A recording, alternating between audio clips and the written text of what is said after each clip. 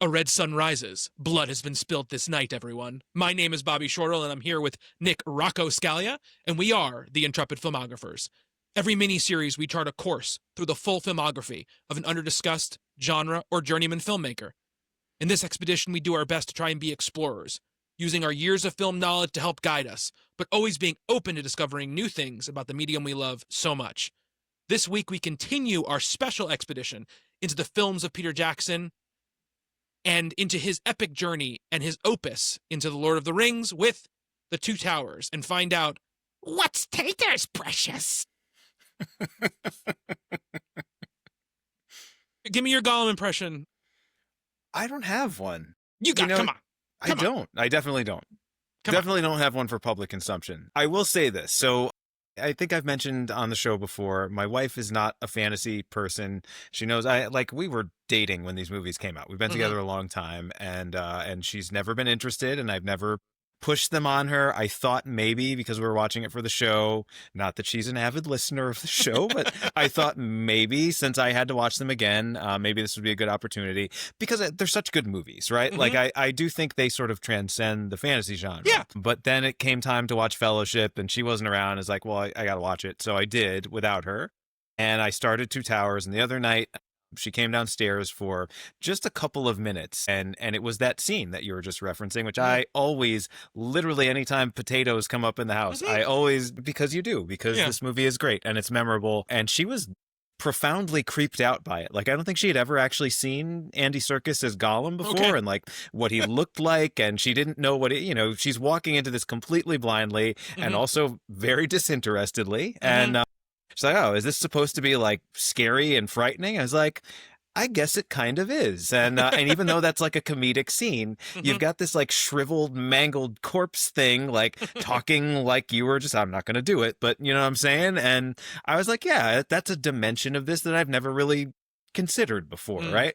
Because I'm so invested in all the other stuff. But like when you do, just sort of walking into these movies completely blindly, yeah, this is a pretty freaky world that Jackson has conjured up here. And there's some other stuff, particularly, and there's I'm hesitant to start this conversation. I've been this whole time, right? Like talking about Fellowship. It's like, how are we going to cover that movie? And then I was like, okay, well, we got through the first one. I think we're on a roll here, and this is going to be easy to talk about. And I have like 1,000 more thoughts about this one than I did about that one. And that one's like my favorite, as we've talked about. Yeah. There's so many angles to hit this from, and that was one that I just hadn't even really thought of before. But yeah, Gollum is pretty fucking freaky. Yeah, he's supposed to be freaky. I think like this is a very fascinating one to talk about because I think from a lot of angles, it is the most interesting movie of the three because it does the most different than from the source material of any of the three movies, basically. It diverts in a lot of major ways. So as a book reader, it is very, very different.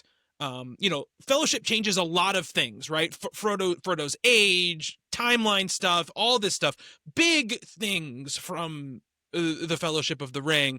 But, A to B to C to D plot wise, it covers pretty much what the first book covers. The Two Towers wildly diverges in a lot of ways, changes some major characters in some very big ways. And both leaves out certain things that are in the Two Towers book and pushes them into the next movie, and also enhances things in the books that are, minor as far as the space they take up as text in the books. It's the middle chapter of a trilogy, which is always, I think the place where you can solidify or stumble, right? Your three movies, because you have to create kind of a beginning and create kind of an end, because especially in The Lord of the Rings, which was originally written as just one giant book that they split up only because in the late 40s or whatever, there was a major paper shortage. So they couldn't print a book that was that long, which is why they split it into three books. Did not know that. They're all pretty long books too, right? Yeah. Individually, they're like 300, 400 pages, 400 pages. Shorter than I would have thought. Yeah. But it was like, put them like a 1,200 page book in like 1947 or whatever year it was that was going to be published. And the publisher was like, no, we cannot do this. It will have to charge like $1 bajillion for it. Nobody will buy it. We're going to split it into three books. And So Tolkien had to decide like where those three where those dividing lines would be, and also what to call the three books, because they were originally just was the Lord of the Rings, right? So even the name The Two Towers is like this squishy thing, which was like, he was always cagey about like what the Two Towers were. Jackson in this movie obviously kind of like stakes a claim on what the Two Towers means for this movie. Yeah, well, that was one of the things just in reading sort of the backstory of this, the idea that Tolkien's idea of what the Two Towers are and Jackson's idea of what the Two Towers are two different things, because I've never read the book, so I've always taken the Jackson interpretation, which makes a lot of sense, and I didn't realize anybody thought any different. Like, it's been interesting, and I do think now I have to read them, finally, 30 some odd years after I probably should have. Look at that handsomely bound edition of that. Yeah. See, that's what I want to. Like, that's the thing. I can't just take out a shitty, torn up, like, library paper book copy. It's got to be something, it's got to be a tome. It's got to be something I can hold and just really, smell and feel. It's a beautiful edition of the book. It's not the easiest one to read in the whole world. I'll tell you that right now. So it might be a good idea to have some sort of shitty version to read, but, I will say that, like, back to your point about the Jackson versus Tolkien interpretation, it's not exactly true, because Tolkien said several different things about what the Two Towers would be, and what it might mean. He mentioned, Orthanc and Barad-dûr, which is what the movie sort of like solidifies on. Could have been, Minas Morgul, which is where the ring wraiths come out of, where Frodo, Sam, and Gollum kind of climb past in Return of the King, and Minas Tirith, which is obviously the home of Gondor or whatever. There's a lot of towers in the Lord of the Rings, but he solidifies on these two things, which is these two like nasty forces, right? The two kind of evil forces, kind of pincering the good guys, basically. The two fronts of the war. This is a war movie. This one, the first one is a road movie, and this one's a spaghetti western, I think. It's I wouldn't call it a war movie. I think Return of the King is a war movie. Well, sure, that is true. I mean, this one is... This has one of the best battles in movie history, but it really is just that last 45 minutes that's really a battle thing, right? The rest of it is kind of... Well, that's what I was saying, though. I mean, right? It's like I definitely got the spaghetti western feel from this, and particularly from the stuff with, not Frodo stuff, Right, of course. Because the Frodo story does kind of continue the quest narrative, the road movie thing. The rest of it, the Rohan aside, which it basically is, it's this kind of diversion, this tributary from the main story. Definitely that feels like a Leone movie, like these wanderers in this sort of... Yeah, that's what I love about spaghetti westerns, right? Like they nominally take place in the American West, but like there's no sense of place. Like we're not going from this particular town in this particular state to wherever. It's just like the desert, this town, the West, and Middle Earth is very much like that. These sort of wandering characters who get caught up in this other adventure, this thing that is not, they're just going off to rescue their friends, and then they end up getting caught up in this war. I love that. I think that's... Yeah. This movie was an interesting watch for me, because I've probably seen this one the least of the three. Okay. And I can't say, I mean, you've watched these many, many, many more times than I have. That goes without saying. We've talked about that a little bit already. But I do think, like, this one is the one I've probably seen the least, and yet I'm watching it, and so many things that I remember as sort of, like, quintessential images and scenes and moments from this trilogy that I forgot were in this movie are in this movie. Like, I thought they were in the previous one or in the next one, but, like, stuff that I absolutely love more than anything are in this one. And it was very interesting to see that, because my snapshot of this, my sort of like shorthand memory is Gollum and Helm's Deep, and that's it, right? Like everything else is just sort of somewhat related to that. It's the Gollum story, and then it's this battle scene that climaxes the movie that we're talking about. One of my very favorite things in the entire trilogy, the Ents, I thought that was all in Return of the King, and I was like, oh, Treebeard's in this one too. Awesome. Actually, they're not in Return of the King at all, basically. Really? Because I remember... The very beginning, they're in it, but that's it. The Siege of Isengard, where they, like, wreck the place, which is an amazing scene.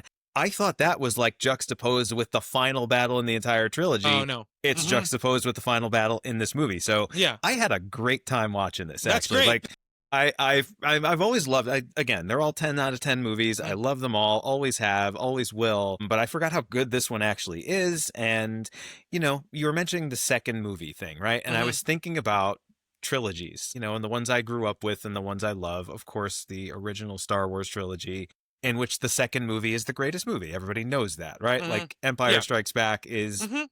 the greatest movie in that trilogy. Mm. The fact that like this is as good a movie as Empire Strikes Back, Mhm. and there's a better one that follows it, which is Mhm. something that Star Wars definitely can't claim. So Yeah. I'm gonna go out on maybe not a limb and say this is the greatest trilogy ever filmed. I mean, I would agree with you on that one 100%. I think, we spoke last time about our feelings going into watching Fellowship, right? And for me, it was like, kind of, I went along with some people. I was, I was interested in it, but it was not something that I was like, kind of like, oh my God, I cannot wait to see this. It's whatever.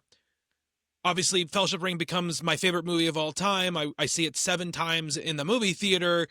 And we know, right, from the time Fellowship drops, that Two Towers is coming out a year later, right? December 2002, The Two Towers will be out, right? That's like the deal, right? And I remember just this like voracious hunger that me and my friends had for this movie to come out, right? It Sure. was Yeah, I think we at all did. that time the most excited I'd ever been for a movie to come out. And I just remember us constantly talking about like, how is it going to start? How is it going to begin? What are they going to start with? Because like, you know, again, the books don't have this sort of like, and this is the end of the book and the next book starts and it has this big set piece to start the book. It's very much like, nope, like the action continues. Like Frodo and Sam are going this way and Legolas and Gimli and Aragorn are going this way and we will pick up with them. And in fact, the books are, Two Towers and Return of the King are split in half.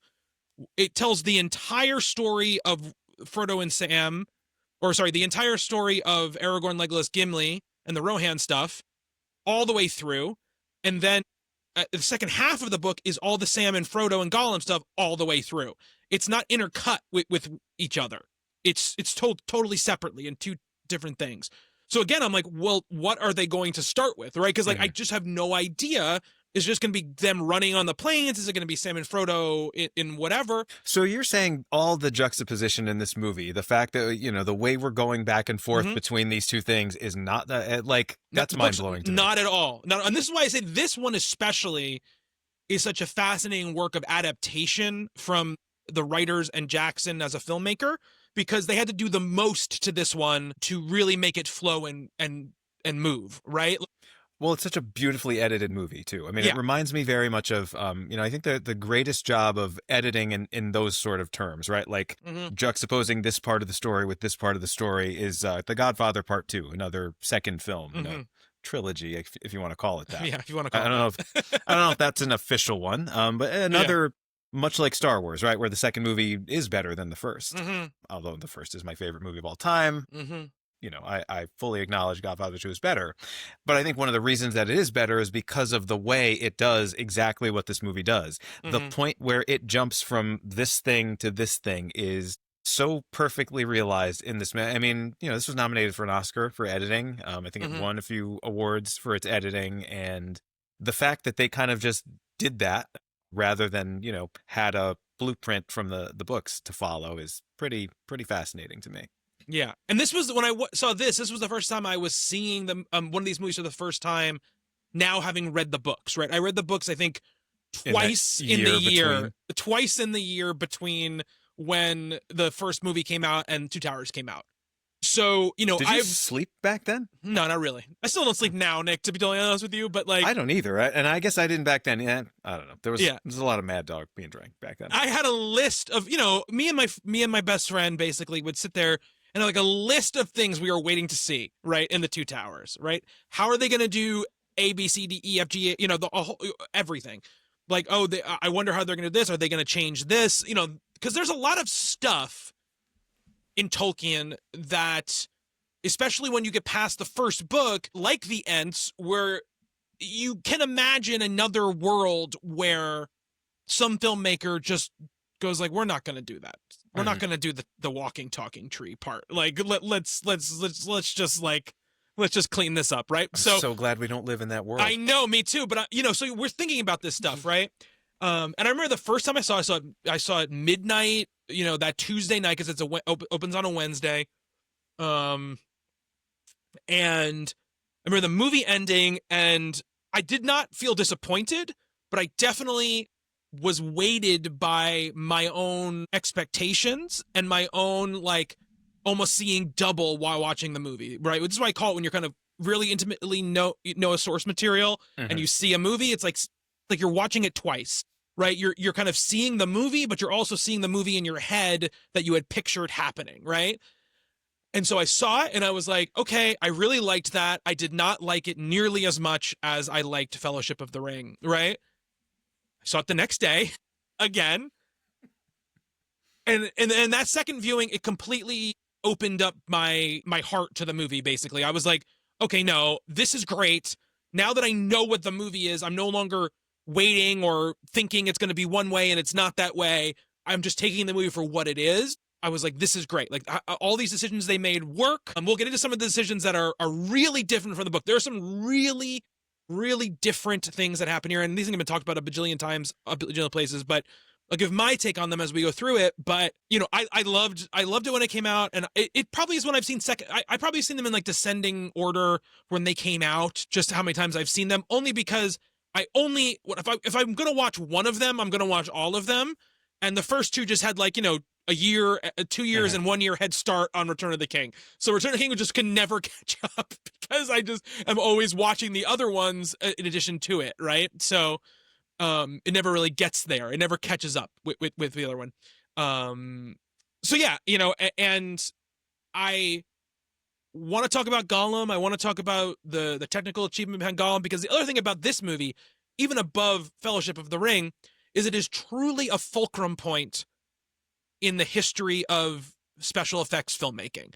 Like, it is truly the hinge upon which we go from the 1990s sort of way of doing visual effects and stuff to the point where we get to through the 2000s and the kind of leap in techniques and animation and digital artistry that would happen, right? This is truly that fulcrum point. Gollum is the fulcrum point of those things. So it's really interesting to talk about. I remember very distinctly Barnes & Noble for years back in the day, because, we used to read paper magazines. That was a thing for a long time.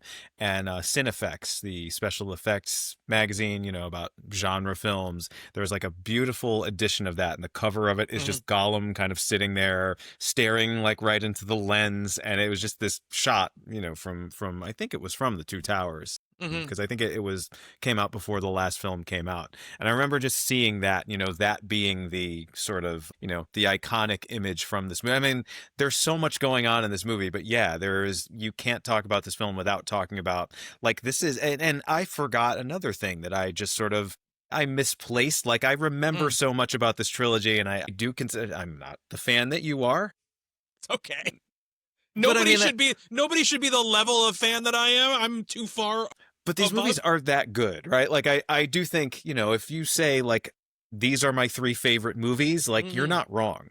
Right. I do think they are world class. They're as good as films get. I just never had the time to watch them, I guess, as much as you did.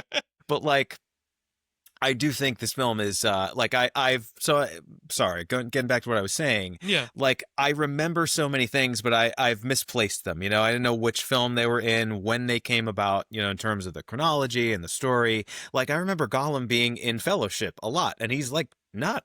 No. We see him like twice. Yeah. Very, very briefly in the introduction. We see him a little bit in the Moria sequence that I love so much. And then he's completely forgotten about because all the other cool stuff that happens in that sequence, like a couple of seconds later. But this is the movie where we really, truly get, this is the one with the face-to-face, the conversation with himself moment. Another thing that kind of freaked my wife out. She literally saw 3 minutes of this movie. It was all Gollum stuff. And she was like, what is this? Yeah.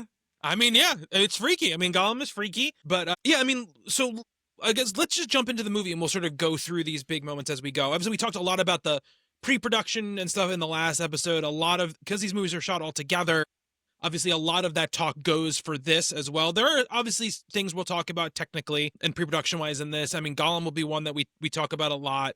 The Rohan, like sort of sets and everything like that, we'll also speak about for sure when we get there. But the way it starts, we kind of start with going back to Moria, right? We start with this Gandalf scene, and we see what happens after he falls into the pit with the Balrog. I mean, obviously, we start with this like, you know, cheat code, like here are just these mountains in New Zealand, and it's like, okay, like just immediate, you know, production value. There's no effects happening. It's just beautiful snow-covered mountains, you know, and, you know, much like we talk about Jackson all over the place, you know, and we didn't even talk about this last time either. He constantly wants to move the camera. He constantly wants to do things that people have not done with the type of effects and stuff that are going on, right? Constantly asking a lot out of his creative partners to get these shots done. So we go to the mountains, then we go into the mountain, you know, through into the mountain in one continuous shot to where Gandalf is standing on the bridge, and we kind of see it from a different angle than we've seen it from before, right? You know, and one thing we didn't even talk about in the last episode was this sort of forced perspective idea. We talked about it a little bit, but the idea that Jackson wanted to do something that had never been done before, which he wanted to move the camera in forced perspective shots, right? So not only did they have to build, they had to have them sitting, you know, in different positions. They had to have like a rig that would move the actor who was the bigger actor on a little tiny table in front of a big, huge table, and then like sort of all, you know, and sort of move the camera and the table at the same time. It would, you know, regain the thing. He just does not want to settle for what has already been done, and you can see it already here, right? We get a, you know, crazy sequence to start this thing off, which is like the first, you know, it's the first like minute and a half of the movie, or a minute of the movie. One of my favorite images in the entire trilogy is the battle between Gandalf and the Balrog, and they're sort of descending, you know, it's this descent into hell that we saw a little bit of, you know, we kind of saw the start of it in the previous movie, and now it continues and continues and continues. And we get this incredible wide shot where they are descending into this like underground ocean. And it starts because the Balrog is on fire. You see it gradually start to light up from above. It is, I mean, it's a painting. It's absolutely beautiful. It lasts just a couple of seconds. It's one of the most incredible shots I've ever seen. And this movie's like, yeah, we have 3 hours and 40 minutes or something to go from here. So and they're coming out of the gate pretty strong, I would say. I have that in my notes as that shot every single time.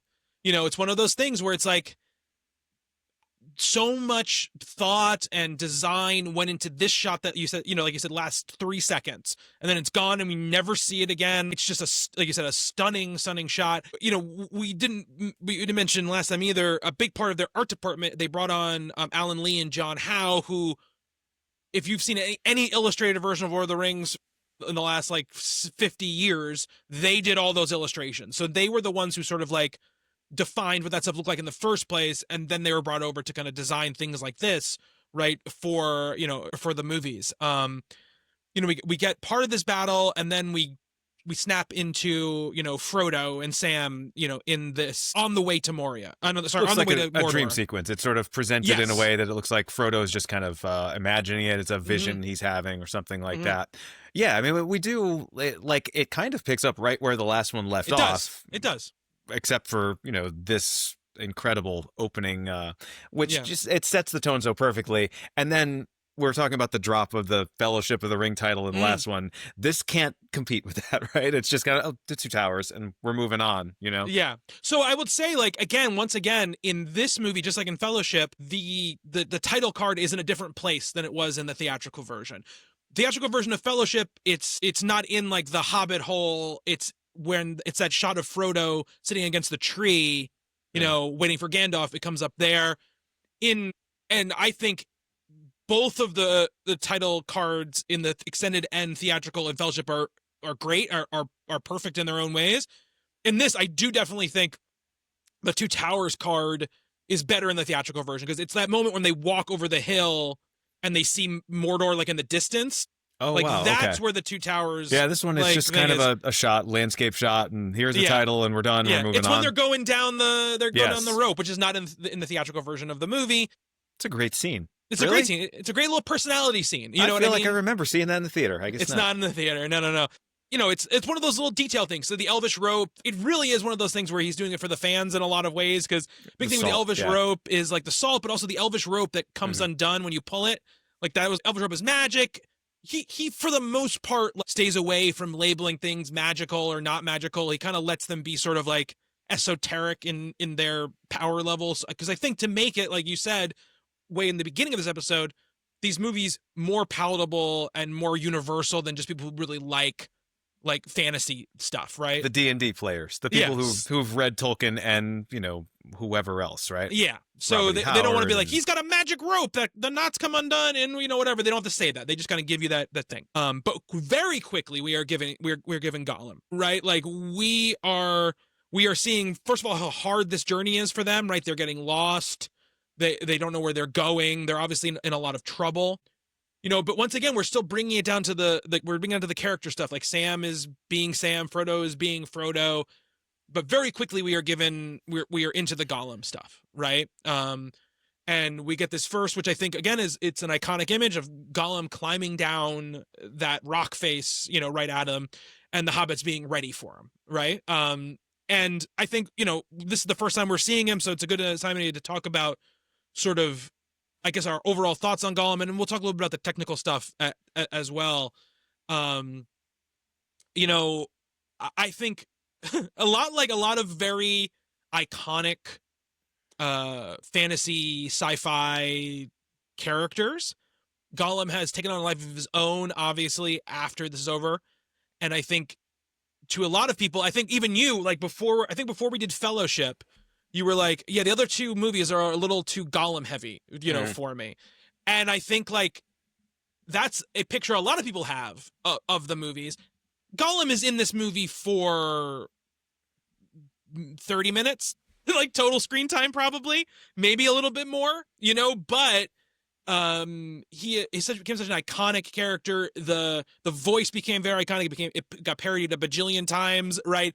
It just became a very enduring thing from this movie. So I think people think of it as like a character that it kind of overwhelms these movies, which I don't think is the case, but that's I'm exactly curious. What I thought before getting into this. Yeah, I mean, like I said, my snapshot of this movie is Gollum and then Helm's Deep, and literally that's all I remember. Like, there is a lot more, just there's so many things that I forgot were in this film, and just the bog that we'll have to talk about in a little bit. But yeah, the dead marshes, yes, they are. God, so good. Yeah, I mean, like that road movie, quest narrative, adventure stuff that I love in the first movie, there is a lot of that in this, right? Like, I didn't remember kind of how far Sam and Frodo get, and they're part of the journey, they're part of the story in this movie. There is a lot of that. I mean, that's basically half of this movie. Yes, absolutely. How do you feel about the performance, though? The Gollum performance, which is something I think we should talk about, like the Andy Serkis. It's incredible. I mean, literally, I mean, we've seen so many fully CGI characters and motion captured characters since this came out, that are kind of doing something similar to this. And I mean, you can many of them driven by Andy Serkis. Of course. Yeah. He's an industry unto himself. I will say the first time I saw this, and seeing it now, almost 25 years after it came out, 25 years after they did it, right? I mean, this was all kind of made in 99, 2000, 2001.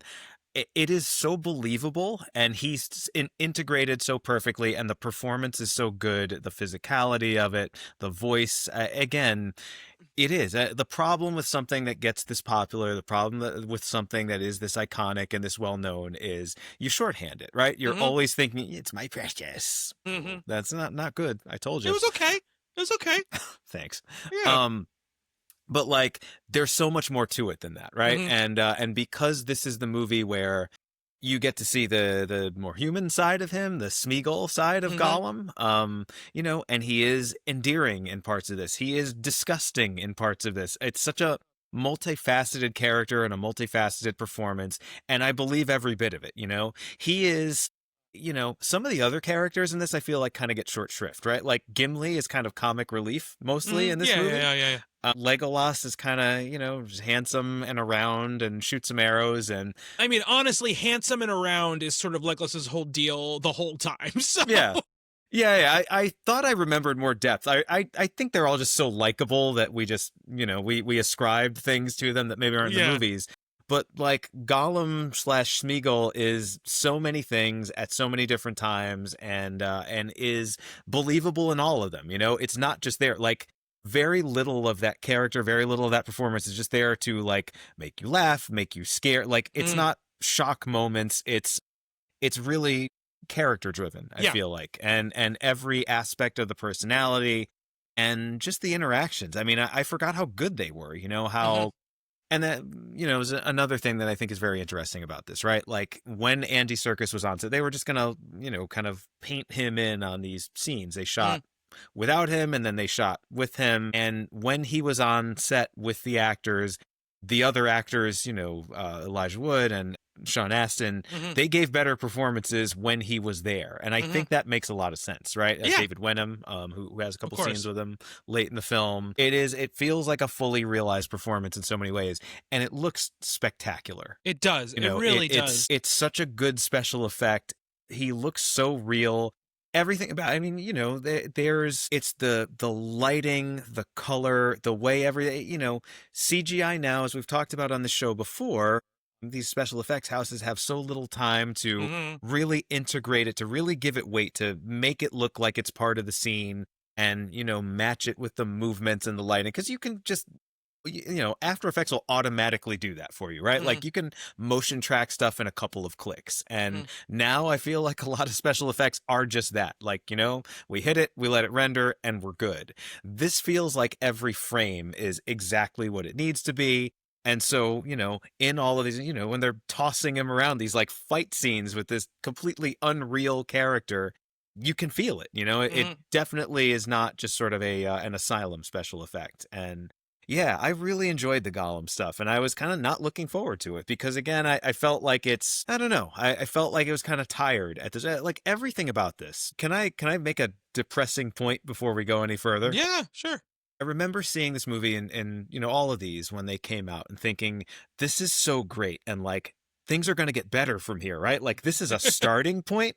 And the industry, like we're going to get big, epic, thoughtful, smart, expensive, lavish movies, and they're just going to keep getting better.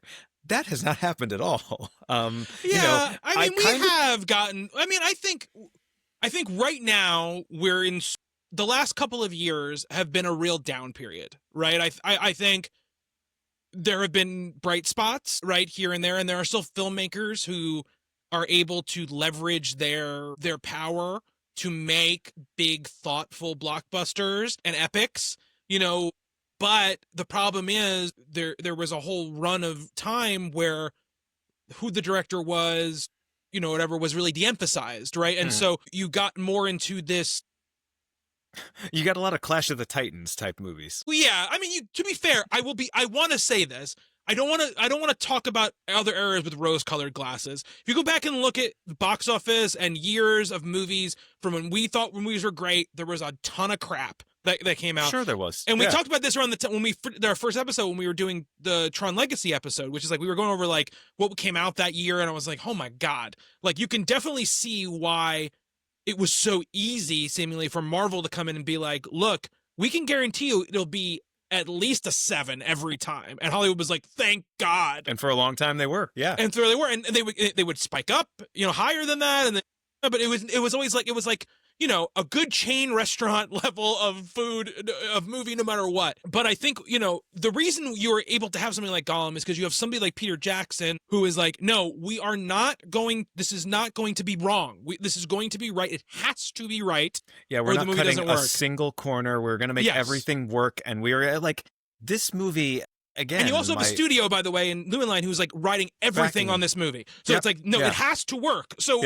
take him, do everything you do to make it work. But also, keeping him not on a short leash, right? Like, he says something and they're like, all right, we trust you. And it's like that. Maybe that's what it is too, right? Like it's a director with a very singular vision, with a great idea for what this is. Like, look, I'll say it right now. I like King Kong. I remember seeing that thinking that's going to be as good as the Lord of the Rings movies. It's not. No. I sort of like the Hobbit movies. They're not even close. They're They are not. many steps below this. Hmm. So I guess that feeling that I had was that, this is a starting point. This is what audiences want, right? A Hmm. movie that has the emotional weight of like a Godfather Part 2 with these epic battle sequences, with these incredible special effects. I mean, this movie is everything you could possibly want, unless you're my wife. Aside from her, it's everything anyone could possibly want out of a movie. And this is only the second movie in a trilogy. The next one's real good too. It's true. Yeah, and I think for me, Circus is amazing.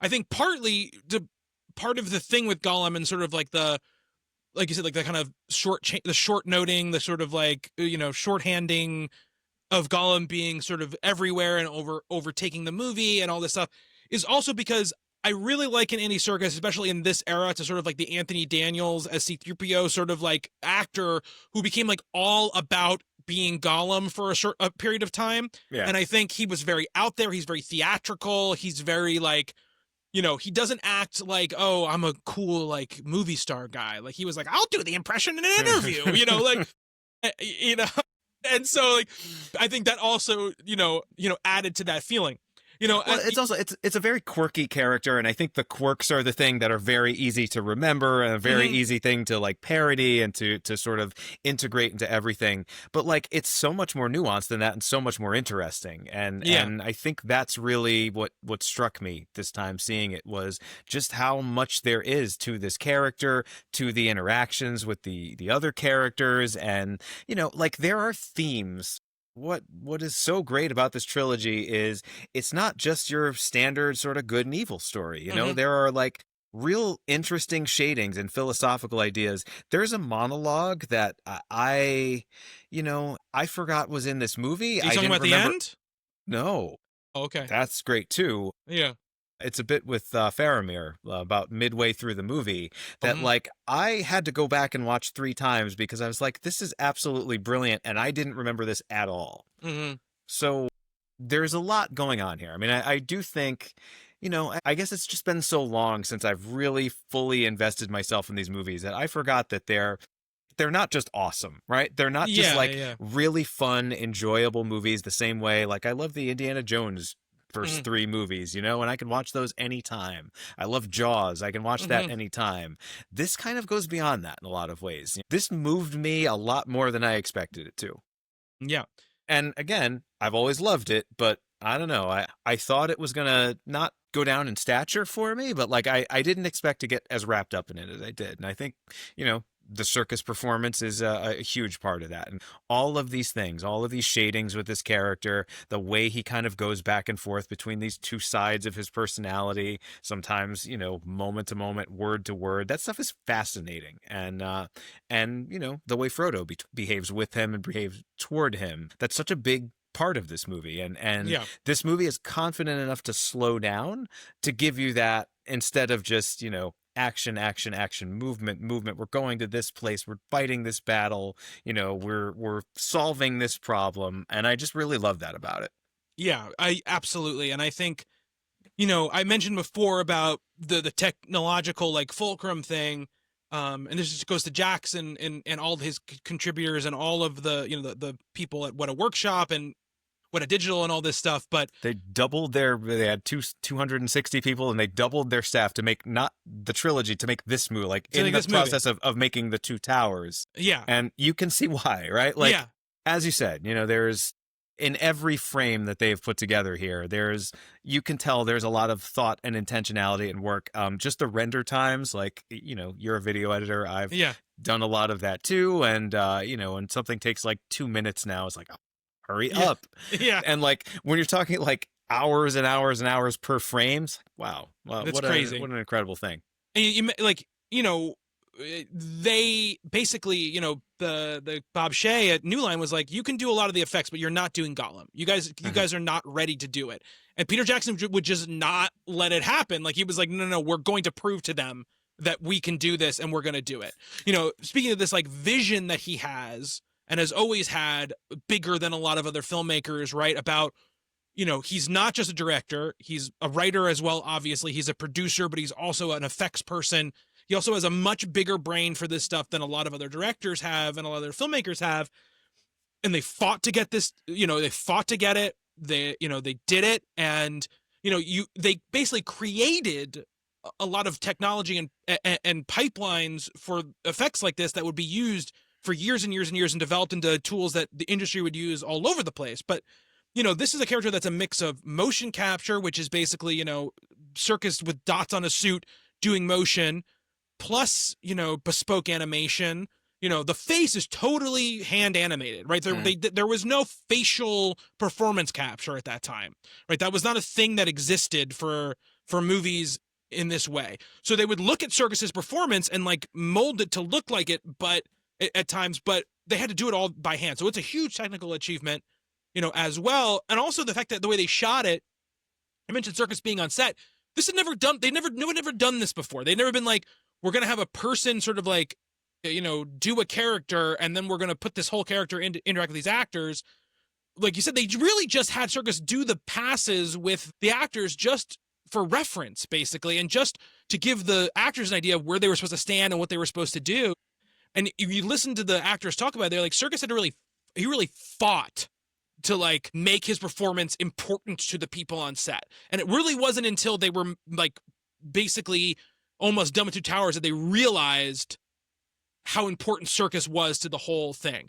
Like, they had been modeling and animating Gollum, and at a certain point, basically Jackson went to them and said, look, we got to change this.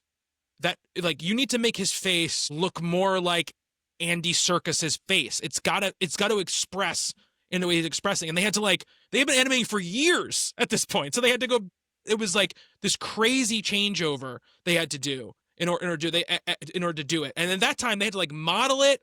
They modeled it like physically to show Jackson. They had all these different busts to show him, and everything, like a crazy thing they had to do, for that. And it's just this testament to the sort of meeting between the technical and the artistic, right? In this way that really came to a great head. And it's, the other thing too, is they talk about the story about how they were getting shots back from the animators and they were like, this just isn't right. It doesn't look right. And so, and I don't know if this ever happens anymore, or I doubt it does because of like the deadlines and how separated everything is. Right. But like the writers, like Fran Walsh and Philippa Boyens and Andy Serkis, went to Weta Digital and sat with them in a conference room for hours and just talked through with them who the character of Gollum was, what his story was, because they were like, we just thought he was like kind of like a creepy, like thief. Like that's how we kind of came across. And we were getting like these like performances from Serkis that weren't making sense for what we were supposed to be doing, And he said that really changed like everything about the process. And what's wild about that is that stuff they got back probably looked good, right? Yeah. It probably wasn't bad in terms of, this is a terrible special effect. They are really talented. They know what they're doing there. We've seen it in other films. But it's more, this has to be right for the story. This has to reveal the kind of depth and the humanity of this character. And you can't just make it, a good looking, horror movie villain kind of thing. And yeah. Like you've probably seen it, right?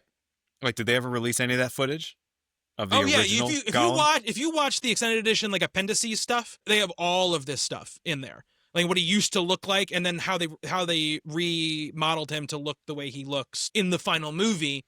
And it's just one of these things that's like, and some of it's still, even now, where they've done great digital characters. Don't get me wrong. Like there are some great ones, and some that technically, obviously, probably look better than Gollum looks, right? As far as like the amount of animations that are going on, the amount of all that stuff that's going on. But there are still moments like when Frodo calls him Smeagol for the first time, and he like looks up and there's like this light that comes into his eyes. Yep. And it's like, how do you make me feel that way looking at this completely digital creation right in front of you? You watch like Corridor Crew or whatever talk about these movies, and there's a part where like, when he's talking to himself, when he's doing that scene, he's like, the mouth moves the way a mouth moves. Like it's not just flapping like an open, like it's got like articulation and stuff, and like all that had to be hand animated. There's no shortcuts back then to do anything like that, and even the fact that like they decided at a certain point, like because the performances were so much better when Serkis was in the scene, they were literally roto painting him out of the scenes and putting in the Gollum thing and having to paint back in, elements of the scenery that they had to paint away when they were painting him out of the scenes. He wasn't wearing one of those suits that tracked all his motion and everything like that. Like, it was a painstaking, complicated process. And they did it though, because it was the best result. It was going to be the best result. And that's what they wanted. They wanted it to be the best it possibly could be. And that's what you got, and I think they even mentioned like this technique of like, they had a double scale like statue of him built. That's how they would scan like textures in back then. They couldn't create them, so they had to scan these like actual models. And one of the things they said was like, as the painter, like, how do you get it to look like you can see through his skin? Because this was the big thing before this. Like, translucent skin wasn't a thing before this in CG characters. And so the painter explained to them how he did it, and they kind of like cross-trained each other. They taught him how to paint in the computer, and he taught them about like, oh, this is how you like make it look like there are veins and blood and all this stuff. And that's why it looks so, authentic and real in those scenes. It's just an unbelievable thing. To think it came out in 2002 and probably had to be wrapped in 2001 is just one of these like insane things, And Serkis is great, and he's great in the next movie, and he's great. We'll talk about the Hobbit when we get there. One of the truly great things in those Hobbit movies is the riddles in the dark, like sequence in those Hobbit movies when you see him in those movies. Just really one of those things where it's like, a million little things had to come together to make it work. And if it hadn't worked, and Peter Jackson talks about this, he goes like, if Gollum doesn't work, the movies don't work. The Two Towers and Return of the King just don't work. He's too important to those movies and the vital things that happen in them for him to not work. So it's really kind of astounding. And it's so easy to think of a filmmaker taking just, you find a very skinny, emaciated, sort of small statured actor, paint him gray and have him go crazy, have him get an actual physical person in those scenes. Yeah. And it could have worked. Maybe. It just never would have worked as good as this. No. Because they talk about there's just things that Gollum can do as a character that a human can't do. Like he's sort of like the climbing down the rocks, the acrobatic stuff, all that kind of stuff. The way he can record his body. It's just pretty crazy. So anyway, we start there with all this Frodo and Sam stuff. They capture Gollum. Gollum's going to lead them to the Black Gate, right? Yeah. Oh, what a great set that is. What so much to talk about. Yeah, we'll get there. But we do join now with Aragorn, Legolas, and Gimli, kind of chasing down the Uruk-hai. I guess we see the Uruk-hai first with the hobbits on their backs. Get some there's a lot of iconic lines in this movie that were very memeified. We get our man flesh, what do you smell? Man flesh. Another little nerdy thing that's in this extended edition that's not in the theatrical is the orc drought, like that stuff that they make Merry drink that like wakes him up. Oh, the brown water? Yeah. The brown water, which is this special water that like orcs drink so they can run like that, like and basically heal and all that kind of stuff from battle. It kind of keeps them going. Love that was in the extended edition because it's not in the regular one. Getting with these great makeup effects. I just love that we can have a camera just sitting like in this mass of people, and they're all in these amazing makeup effects, and the camera's like right up on their face, and they look none fantastic. Of it breaks down. Yeah.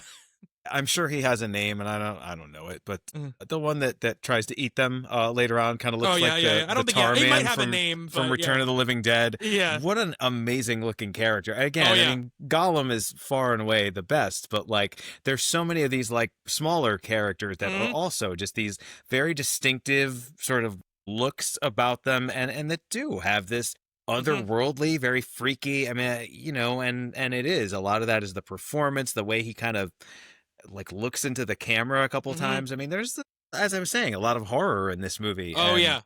And like just some of and again, that's why you get a Peter Jackson to do this, right? Like a guy who kind of cut his teeth on stuff like that, and watching stuff like The Frighteners and Dead Alive, like you kind of see like little bits and pieces of this kind of coming together, and he knows how to like put something on screen that is like very human and very freaky looking. It's not just like silly horror stuff. Like and it's kind of a comic relief character, actually. He just gets Mhm. squashed by Treebeard later on. But, Yeah. like, in the moments, like, wow, like, that's scarier than things I've seen in horror movies. Yeah, the costuming and all this is great. The regular orcs, the Uruk-hai, all look great. Like, that guy is great. The other guy who gets his head chopped off by the Uruk-hai who tries to eat him is crazy good makeup effects.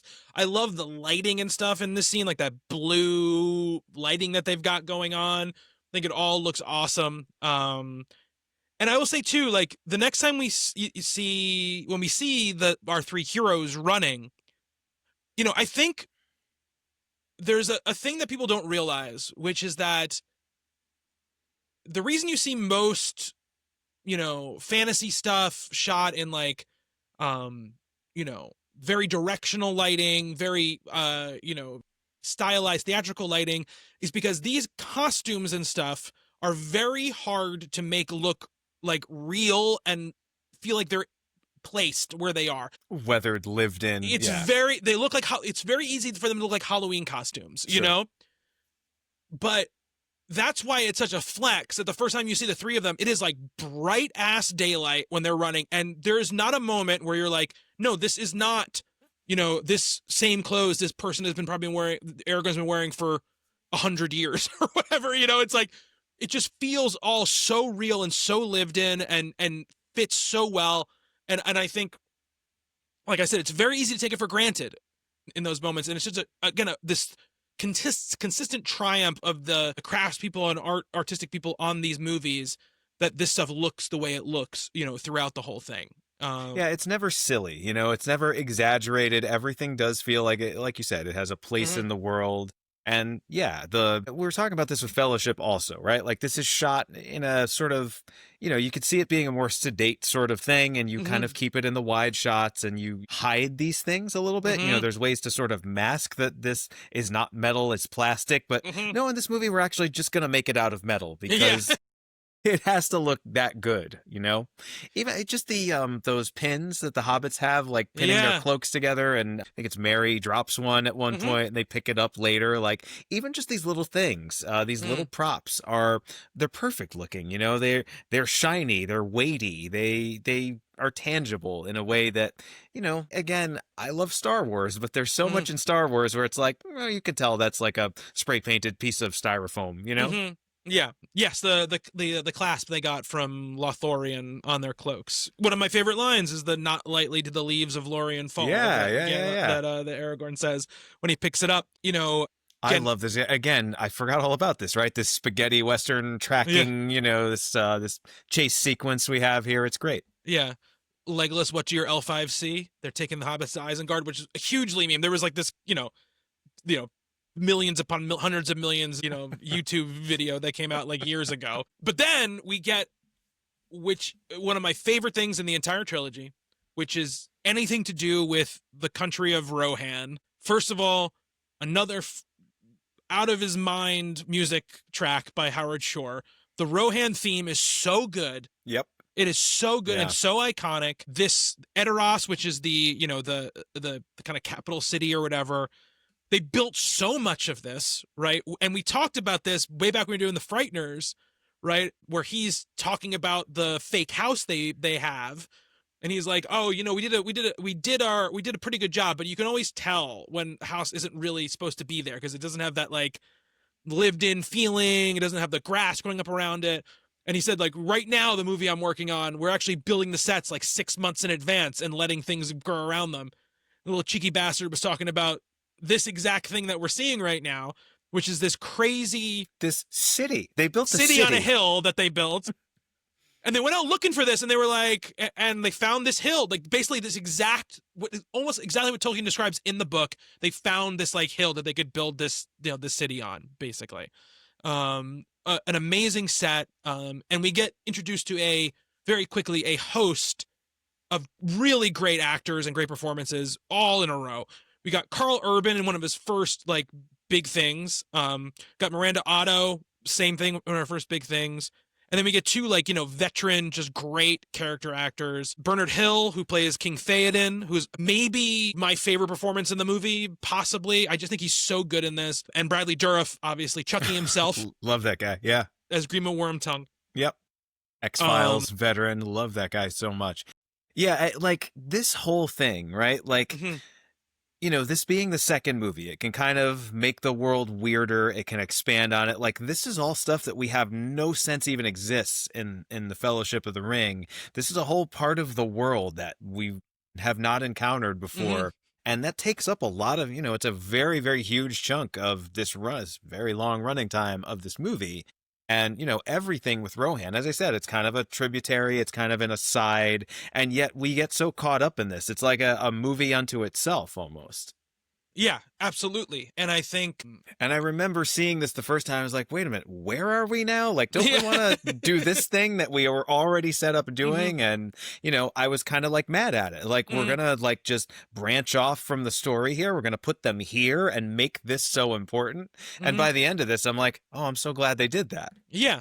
And in the Return of the King, it becomes very important, right? That this what feels like an aside, it actually becomes a very necessary thing, right? Yeah. But you wouldn't know that. No, and no. Even through a lot of this, it's like, Rohan, where the hell is that? Like, they are going here. Can we follow them there? Can we get them to this, get to the fireworks factory? And then it turns out that this actually is the fireworks factory. Exactly. I love that. Yeah, absolutely. Sorry for the very dated Simpsons reference. But no, it's okay.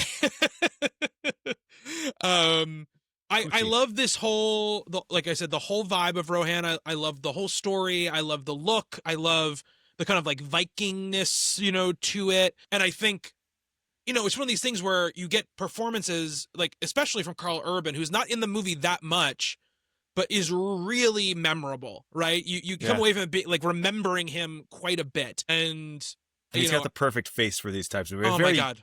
Very young face at this point, right? Yes. Like I picture him grizzled now, but this was before. This is pre-grizzled Karl Urban. This is pre-Dread, long before Dread. This is pretty boy Karl Urban, yeah, for sure. And Miranda Otto, same thing. Obviously, she's gonna have much more to do for herself in the next movie. Obviously, this movie is great in this. She's great in this. Absolutely great in this. But her thing is mostly like, I love Aragorn. Aragorn does not love me. That's like most of her story in this, but once again, playing into the idea of these movies really are setting up 3 movie arcs or 2 movie arcs for these characters, right? Because, you're not going to get the payoff for Éowyn or Theoden's sort of journeys until the next movie, right?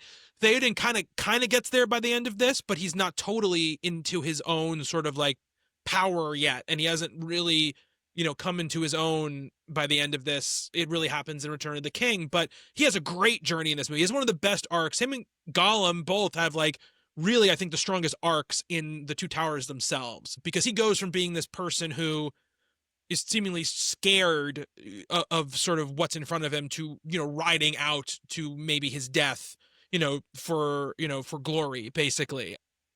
Well, the first couple of scenes he's in, he's kind of not even there, right? He's possessed, and I remember seeing that the first time. What is wrong with that guy? Yeah, like this old age makeup is great. Yeah, the whole the eyes, the clouded over eyes, I love the look of that is fantastic too. And Dorf is so good and so creepy and so everything he's supposed to be in these scenes, He's probably such a cool guy in real life, but yeah, he can play a creep as well as anybody in the movies. All I've heard is that he's a super cool guy in real life. He actually, is, but like, he is incredibly creepy. Him and Jeffrey Combs. He reminds me a lot of Jeffrey Combs. Yeah, definitely. They make him super pale. They give him this like long, stringy black hair. He's always whispering and he's always trying to like flirt with Éowyn. What does Saruman say to him? He's like giving him this whole like, here's what's going on. You reek of horse. Yeah. Love that.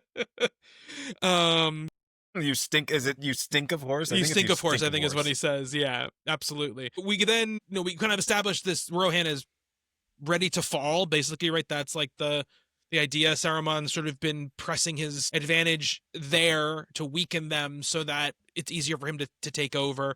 Yeah, there's a lot of war room stuff in this movie. Again, it is in a lot of senses it's a war movie, right? And we kind of have to know the geography. We have to know like what is next to where and why this is an important.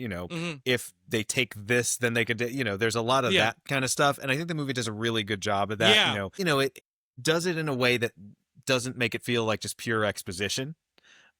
No. these shots of maps and things Mhm. like that. Like, it's all just, if you want to sort of follow this, if you want to figure out exactly what the battle plan is and why this is important, because I did this time, Yeah. maybe the first time I saw it, it's like, no, let's just get to the battle scene. But now it's like, okay, I want to know, like, why is strategically, right? Like, does this make sense? And it does. And it's all Mhm. there if you want it to be, if Yeah. you want to pick up on it.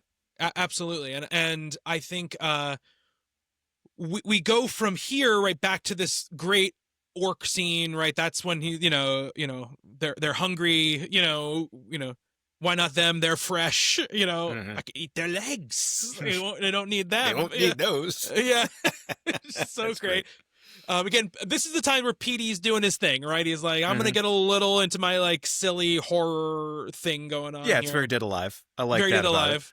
Cuts the and then when the Urkai cuts his head off, we're going head up again. Another iconic line. I guess meat's back on the menu, boys. Such a great Mhm. line. Love the way they do this sort of protracted attack by the Rohirrim. Right, we see them get attacked. We get kind of a cliffhanger, and then we kind of go back to our our three main heroes where again I just love this scale of filmmaking. They're running on this plane and just like 300 horses come charging out and just like encircle them, Yep. in this big thing.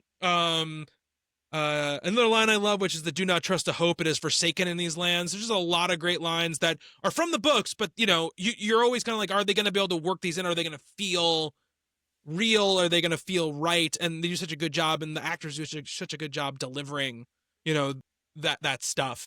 One of the things that these films do really well is, like, again, this war movie thing, this like battle hardened, war weary, we've been at this forever. Mm-hmm. It's a losing battle. Like, we're never going to win. We're never going to make it. We're just kind of like fighting until we all die. And, Mm-hmm. this kind of camaraderie that comes from that. And we see that a lot in Aragorn. We certainly see it a lot, across this movie with a lot of Mm-hmm. different characters. And you get a really good sense of that. Like, these are profoundly powerful anti-war movies, and Yeah. at the time these came out, right, we were all 9/11 had just happened, and Mm-hmm. we were all thinking maybe we do need to go kick some Mm-hmm. ass. What was Toby Keith's thing? Put a boot in your ass, it's the American way. Mm-hmm. I remember really feeling like that. I remember a lot of people I knew kind of fully buying into this idea that, like, war is the answer, right? Like, Mm-hmm. someone attacks you, you gotta just crush them. And so many people were like, the war on terror, we gotta fight Mm-hmm. the war on terror. And then we did Mm-hmm. that for like another 20 years. And at the time when I saw this, I was kind of feeling the same way. And I don't think the anti-war message, the war is hell, everything, the profundity of that really didn't hit me as a younger person, because it was people my age that were, Yeah. 18, 19 years old going off to do this. And I don't want to get like political or anything on the show, Mm-hmm. but there's so much of that in this movie, right? This anti-war, and I think it is as powerful as the great anti-war movies. It really Mm-hmm. kind of articulates that theme in a really strong way. And we see it. It's a lot of these performances, it's these moments where these actors are just kind of like looking each other in the eye and Mm-hmm. what are we doing here? Like, what a doomed sort of course that we're pursuing. Well, there's that line from Théoden way at the end of the movie where he says, he says, "So much death. What can men do against such reckless hate?" Yes, exactly. Yeah. And I think the reckless is such a important word in that sentence, right? Where it's like there's just all of this death happening and it's just spiraling out. There's no sense of duty or honor. It's just how And many I people can know, you kill? right, and the Tolkien story, right? He fought in Yeah. World War I and Mhm. kind of developed this anti-war mindset, and I'm sure that's all in the books, but like Yeah. the way it's articulated in these films, which just could be really fun, really interesting adventure movies, the Mhm. way it's kind of woven through this really, really, really kind of blows me away now, especially. I mean, I guess some part of my brain was picking up on it back in 2002, but now Mhm. it's really strongly sort of coming out to me. Yeah. And I mean, I think a big part of that too, right, is the tree beard stuff, is the forest stuff, right? Which one thing Oh God, Tolkien I way ahead love of his time. Treebeard. He's talking philosophically in a lot of this stuff with like the trees talking to each other and moving with each other. He's so ahead of his time for real fucking science because like that's what trees do. Like, trees do talk to one another. Trees do like move and grow in ways that help each other and protect each other.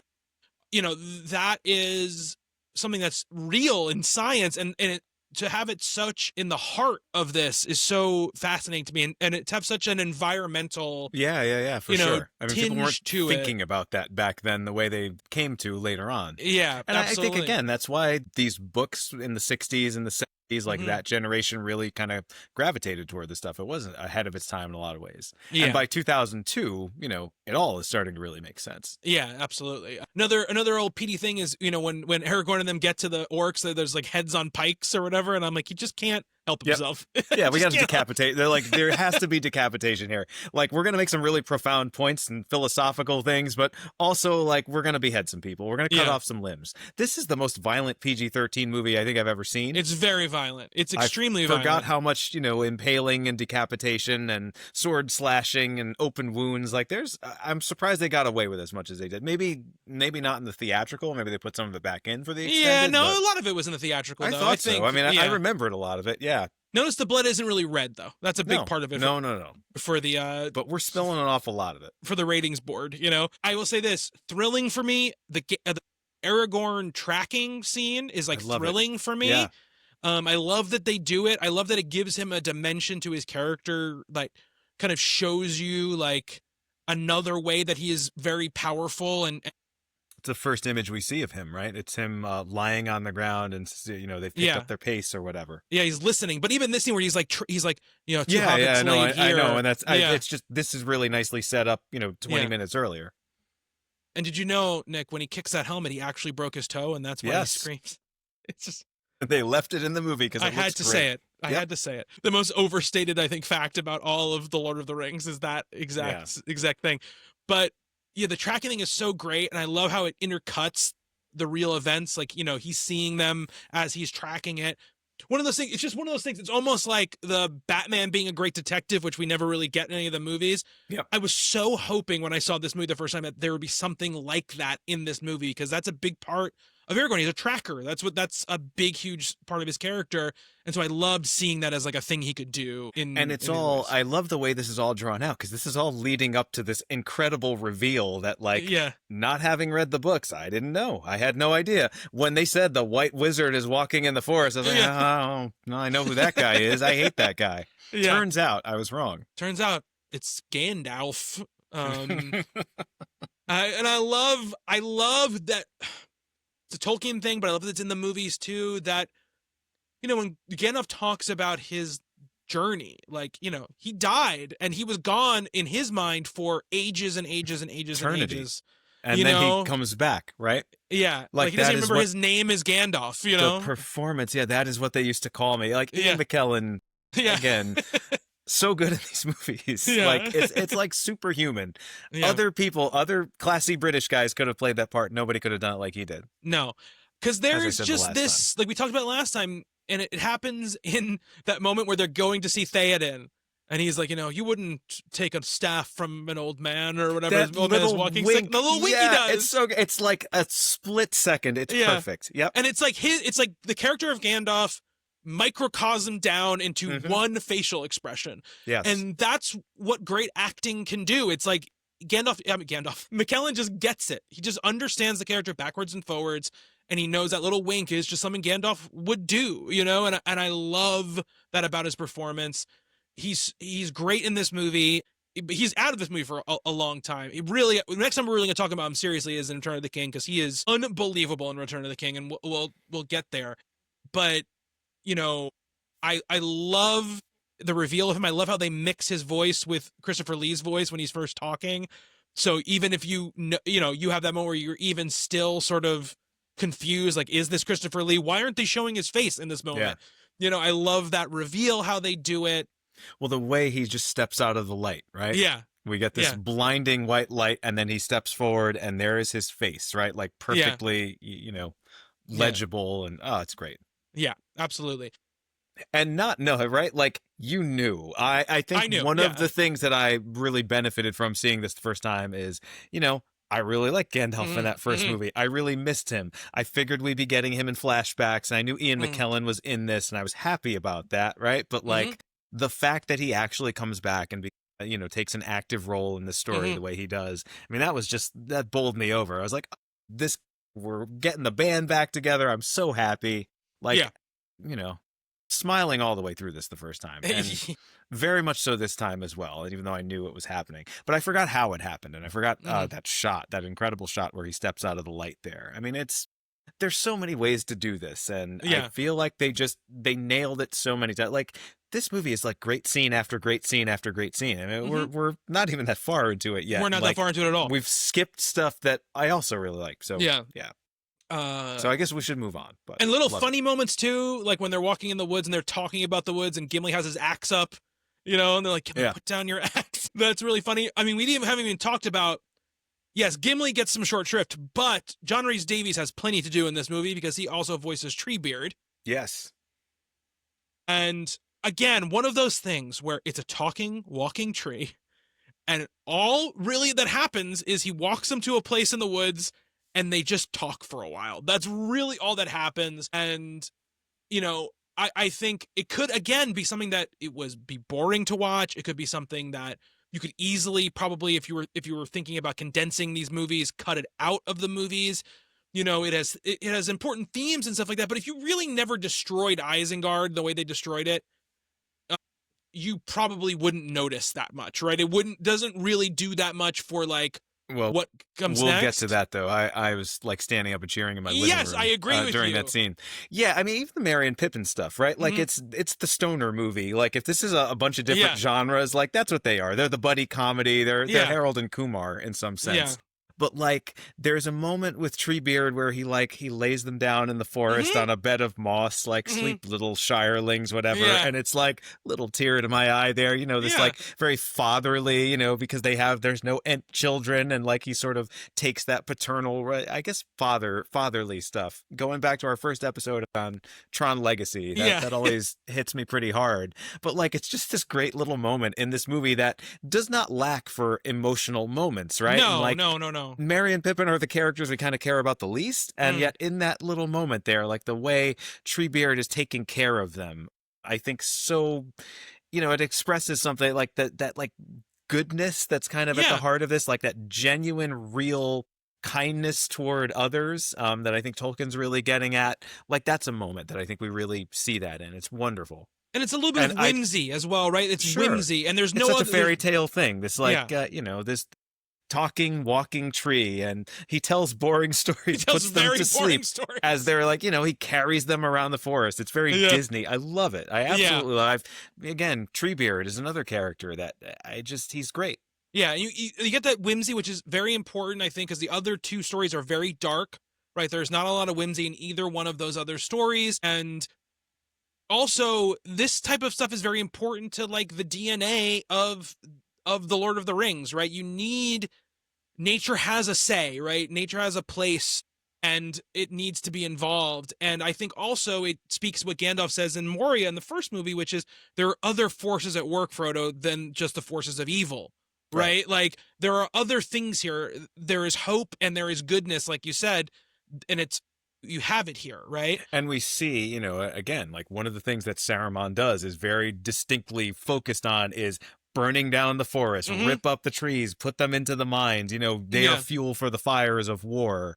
Yeah. And here they come back, and oh man, that scene toward the end is great. We'll get there in a few hours, a few weeks or something. I mean, the one thing about Gandalf the White is he does have a sick-ass horse who is, in fact, the Lord of all horses. The Lord of all horses. He doesn't Hell even yeah, have that's a normal good horse. Yep. He has the Lord of all horses. The wide shot where that horse starts running toward the camera, like TriStar Pictures logo. I love it. Absolutely. Like he holds that long enough. We're like, yeah, that is the Lord of all horses. Yeah. And I love all that stuff. And I think, you best believe also Treebeard singing to them, singing his little song, not in the theatrical version of this movie. No. If you can believe it. Anytime you basically hear a song in the Two Towers, you can clock it as not in the theatrical version of the movie. But let me ask, I mean, cut this out of the show if you want, but I just want to know for me. Yeah. Isn't a lot of that in the books? Wasn't Tolkien very much focused on poetry and Yes. lyricism Yes. and like what I've heard about the books from Mhm. all the people, so many people I know have read them, is that, he wasn't interested in writing battle scenes. He was interested in writing songs that kind of fit the lore of this world. Yes. These tell the legends of Middle Earth and things like that. And I find that very fascinating. The idea that he's creating kind of these ephemeral things that are part of this world but don't directly affect the story. I love that. So many songs, so many poems.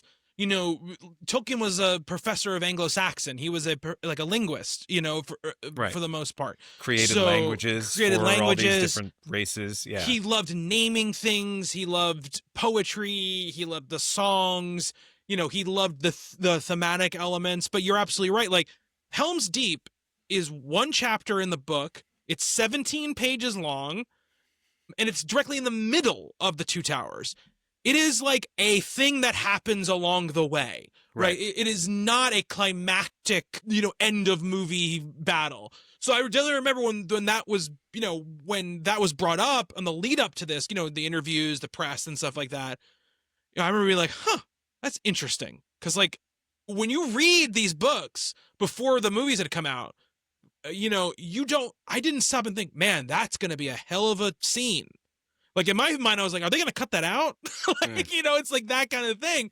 Obviously, it is so good in the movie. I would not trade the way this movie is structured for anything. I think they did I think Jackson made the right decisions. But I think, Tolkien really did not care about the mechanics of the battles very much. He'd be like, there was a battle, this thing happened, that kind of thing. And a lot of that's in these movies is brought in by Jackson, right? That's a very playful Peter Jackson. He's building models and using toy soldiers, something like 600 toy soldiers to plot the positions of different people. And it all works so well, If you just want to watch this on that level, you're going to get, this is a couple of years after Gladiator, so we like these kind of ancient battle sort of movies, and this will give you one, for the ages. I don't think it's really been topped. No, I don't think so. I don't even think Jackson tops himself in Return of the King, even though that battle is great. No. Yep. This is, I think, the battle. It's a very distinctive, it's a siege. It's a medieval siege sequence, and it's as good as you're ever going to see. He likens it to Zulu, that movie Zulu. Mm-hmm.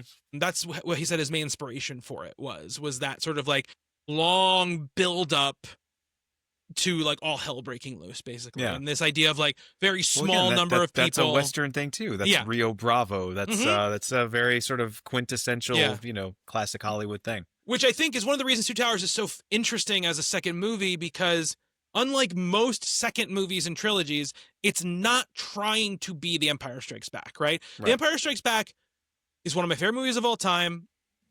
It is the blockbuster movie that every blockbuster movie has been chasing since the day it was released, right? Every person who makes what they think is a serious blockbuster movie chases that feeling, right? Of we can have all the adventure, but it can also be really serious and really impactful and really dark, right? It's always the thing people are chasing, and most fail to get there, right? It is a trope on itself right now. And Two Towers does not do that, right? It is not looking to be it is dark, but it is not necessarily the dark middle chapter, right? It is not really any more dark than what's to come, right? It's just, this is the middle of our story. Back to when Gandalf comes back, one of my favorite things, and we keep talking about how they keep bringing it back to the people, right? And how important the people are, is that moment where, he's talking about, you see a little doubt in him, right? Where he's saying I sent Frodo alone into this place. And he's like, well, he's not alone.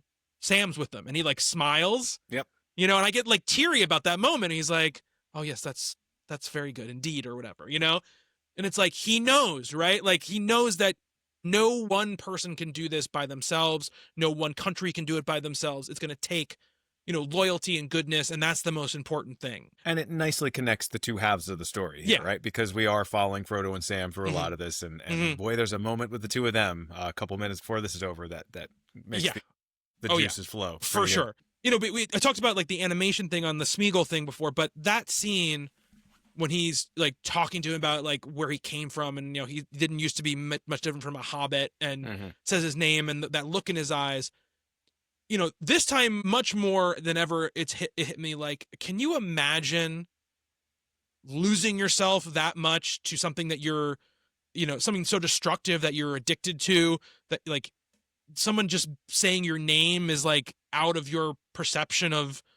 your reality, like it's like this, he hasn't probably heard his name in hundreds of years, like that's an insane thing to think about when you really place it in like a character sense, right? And what's going on.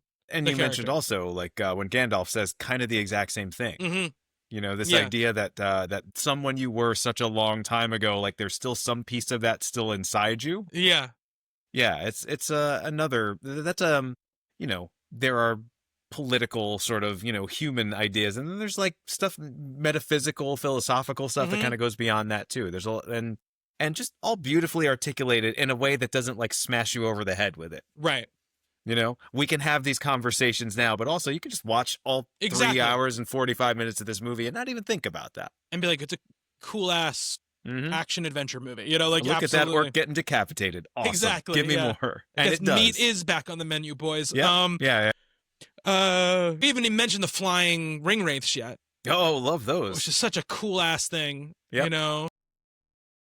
Like, is that not the most metal image ever? Yeah. That thing with the hooded rider on the back of it, like flying over this marsh full of white-faced corpses staring up into the sky. I was like, damn, like it's literally the most metal image I've ever seen. It's crazy. Yes, it's crazy. Love the concept of the dead marshes, right? This idea. Me too. It's so creepy. Yeah, this like almost like, to bring it back to the World War I thing, right? This like no man's land, like just fields of corpses. Sure. Yeah, this land will never recover from the sort of pain and blood it's seen, in its past, right? And I love that you hear the little bit of like the battle like sounds in the background, like that battle you saw at the very beginning. It really gives you like places you in where you are, right? In a lot of ways, and I really like that a lot. I like the way they do the effects on it. I like the way Jackson does his like ghost thing. Obviously, we'll get a lot more of that in Return of the King. I do too, but I really like the sort of stillness when it's just they just look like dead bodies, and of course, we get that really slow camera movement, and we're sort of moving over the water. We see this corpse facing upward. We know those eyes are going to open, right? But like the way it's the deliberateness of it. It's not a jump scare. It's kind of inevitable. And you could very easily make it a jump scare in a lesser movie. But here it's just like, it has kind of more of a weight to it than that. We feel that these things are alive even before we actually see it. Yeah. And I really like that as well. Yeah, me too. Makes it a lot just sort of, it's a nightmare image, right? It's something straight out of like a German expressionist film or something like that. Absolutely. And then we get the Black Gate. Right, which amazing. It does not disappoint. Like, they built it up a lot. It doesn't disappoint. And the music, when that camera like jib shot goes over that ridge. Yep. And you hear that the music like crescendos, that really dark music crescendos, and you see all that stuff going on. Such a powerful image, and I remember it so clearly from the trailer for it.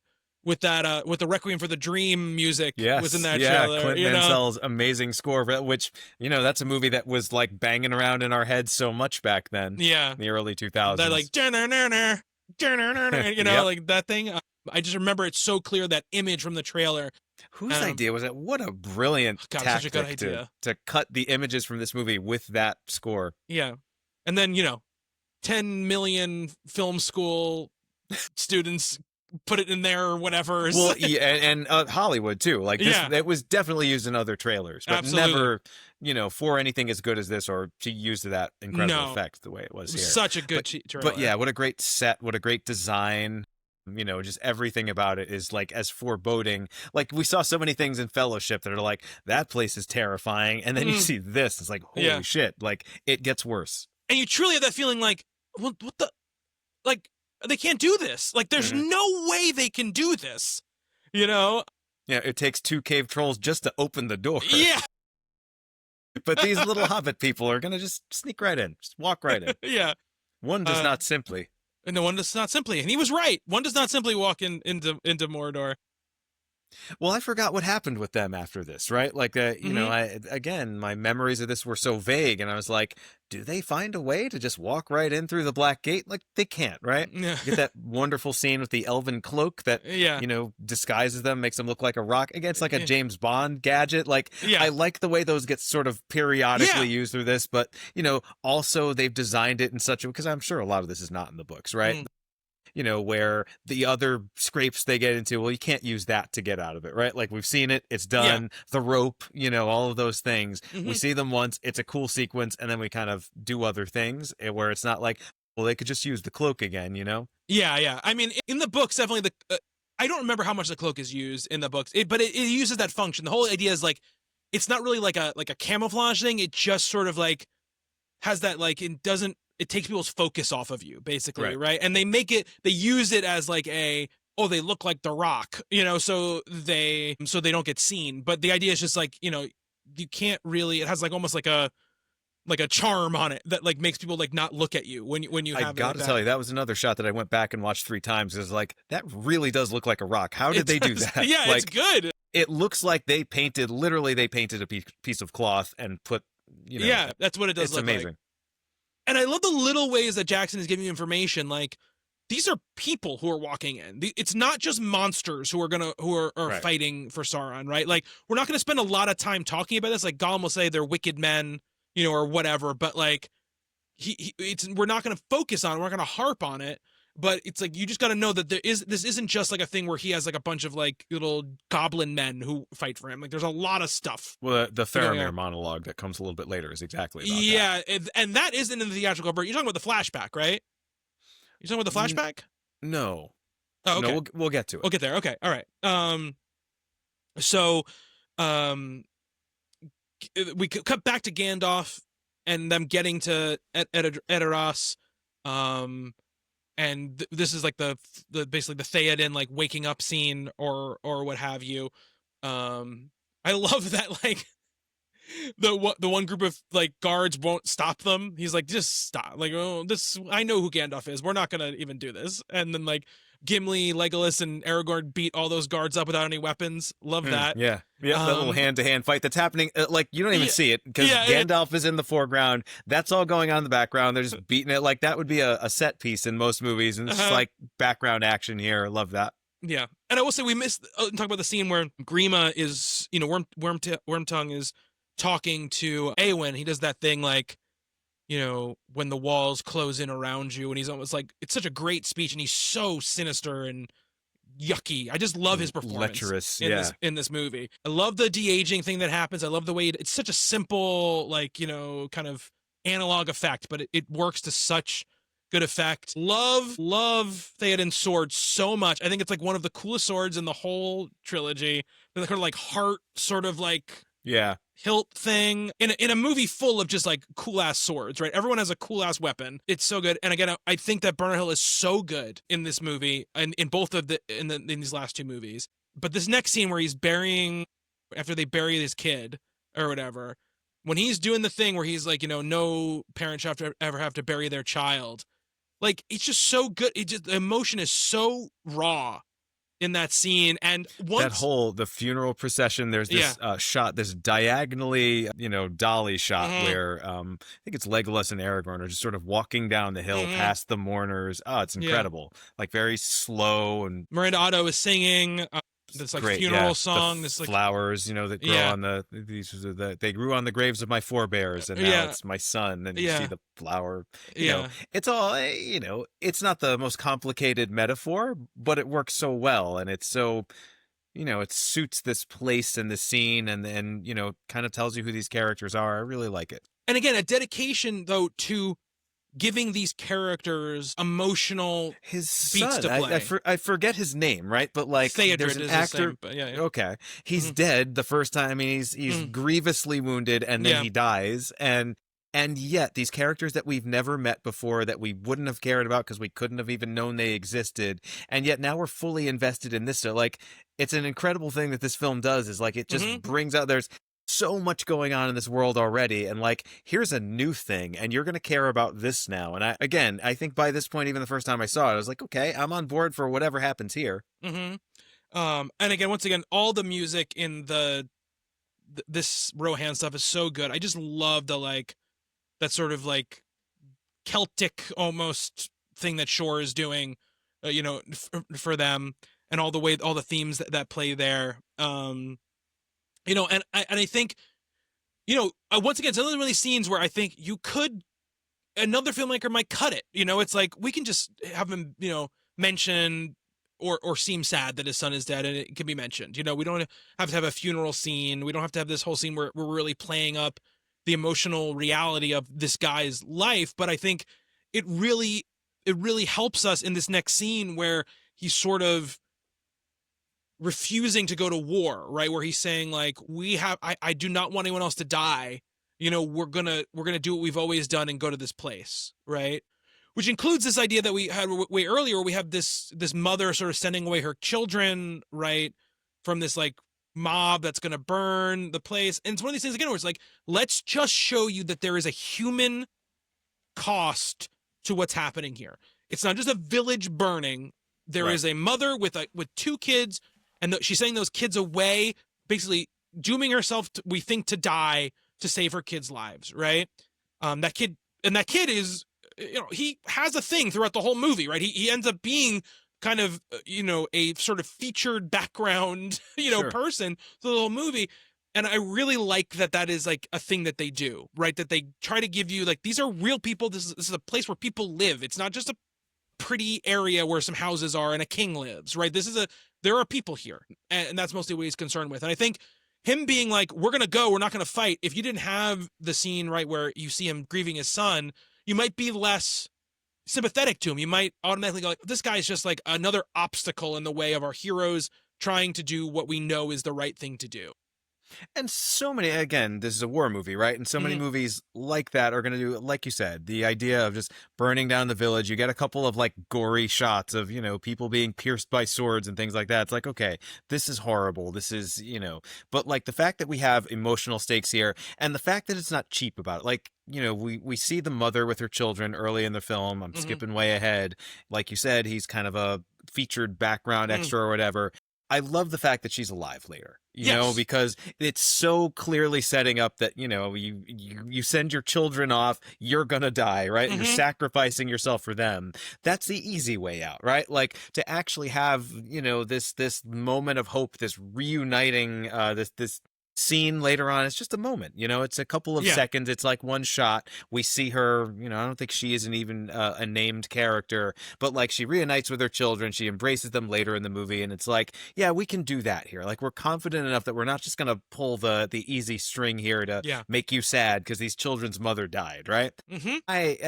Skipping way ahead in the trilogy, my understanding of all this from the beginning is like, oh, Frodo's got to jump into Mount Doom with the ring, right? Like, he has to sacrifice himself because that's how these stories work. And the fact that that's not what happens in the end made me love this so much the first time I saw it. Like, it's one of my favorite stories I've ever seen because it doesn't just do the easy, obvious thing. And obviously that goes back to the books, but how many movies have, like Terminator 2, that wonderful relationship between the Terminator and young John Connor, and then he jumps into the fire at the end because he has to, right? Because that's the only way this story can end. You don't get that here, and I absolutely love that. And I think this thing, with this mother and her children and her coming back and, it's not all despair, it's not all doom and gloom. I love that. And I think it sets that up for the next movie really nicely. Yeah, absolutely. Like I always feel that, even on television shows, right? Like the thing to do to shock people and to get an emotional response is kill a character they really like. Game of Thrones did that an awful lot. Game of Thrones, obviously heavily inspired by this that we're talking about right now. And this is so much better because it's not just looking to do that, and so that when there is an actual death, like Boromir in the first film, it hits us a lot harder that way, I think. Yeah.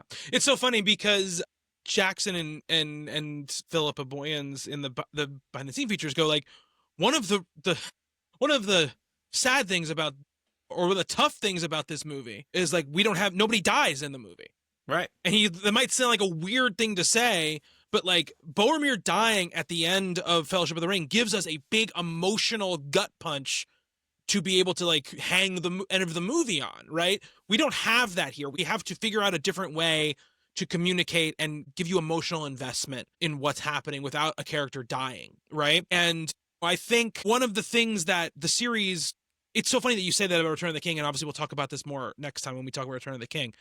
But one of the things that some people dog the series for is they're like, at the end, there's nobody dies. So like, what's the sacrifice? And it's like, just killing a couple characters is not really a dramatically satisfying way to figure out your story. That's exactly what I'm saying. Yeah. It's like it's a cheap way, honestly, to go like, I'm gonna make you feel like this is important because I'm gonna kill a character that you like, right? That's not necessarily the most dramatically satisfying way, and I think honestly the way that those stories end in Return of the King is in some ways sadder than if someone died, and we'll talk about that next time. But I think that's seated here where, you get the scene where, Sam is trying to convince Frodo, he's like, we have to leave this creature behind. Like, it's not, like, it's going to betray us. This is not, like, something that, he's a villain. Like, he will take it. All he cares about is the ring.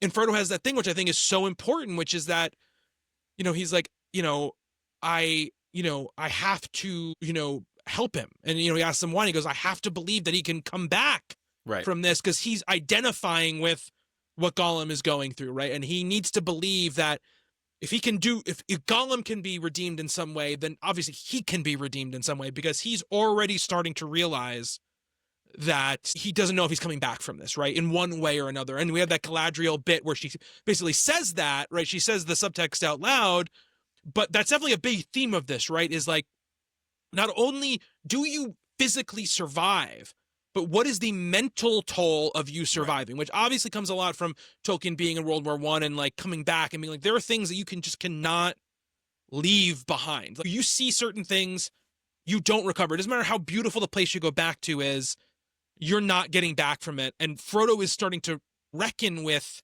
that idea at this moment. Because it's really, I mean, he's the protagonist. If there's one protagonist of the trilogy, it's him. And in the first movie, he kind of discovers, he grows in one way, right? Like, he's never really left home before, he's never gone out on adventures like Bilbo does. So over the course of that one, he sort of grows up in that way, right? Like, it's Luke Skywalker. It's like, I'm going out into the world for the first time and encountering all the darkness and the horrors and the wonders and everything else. Right. That's one part of coming of age. In this movie, he matures in a completely different way, right? Like, can I show mercy to this creature, right? Yeah, can I find my humanity or my hobbitness, my essential goodness, right, in the middle of all of this, this deception and again, horror and despair and all that stuff. So it works I mean, I'm sure it's in the books as well, but like, I think the arc that he takes from movie to movie, like, it's a different arc, but it's a really important part of his character, and it all kind of pays off in the last movie. Like,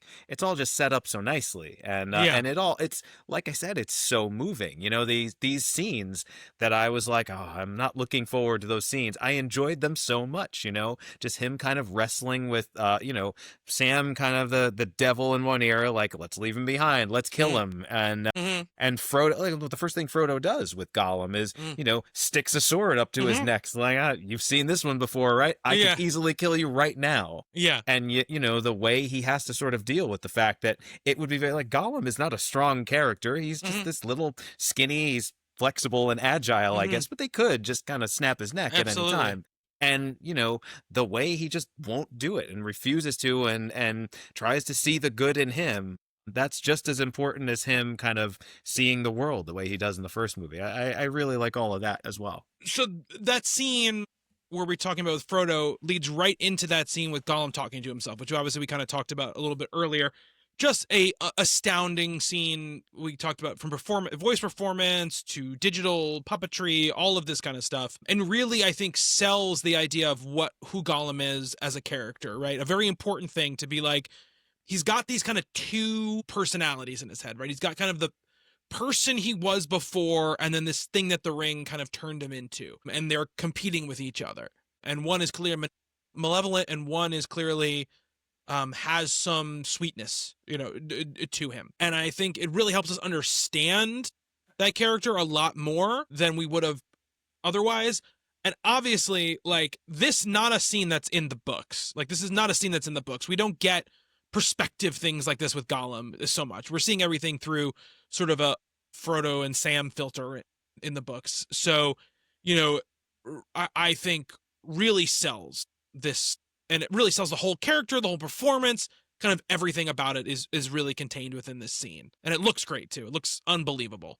So Yeah, and again, it's a split personality thing. It's a thing yeah. we've seen in movies before, and this is again an animated character. It's a CGI character, but it's done in a way where we're not like a lot of things in here. We're not just bashing you over the head with it, right? Like there is, you really do feel that kind of push and pull. It's not like, you know what, I think a lot of it is the writing too. Yeah, You for know, sure.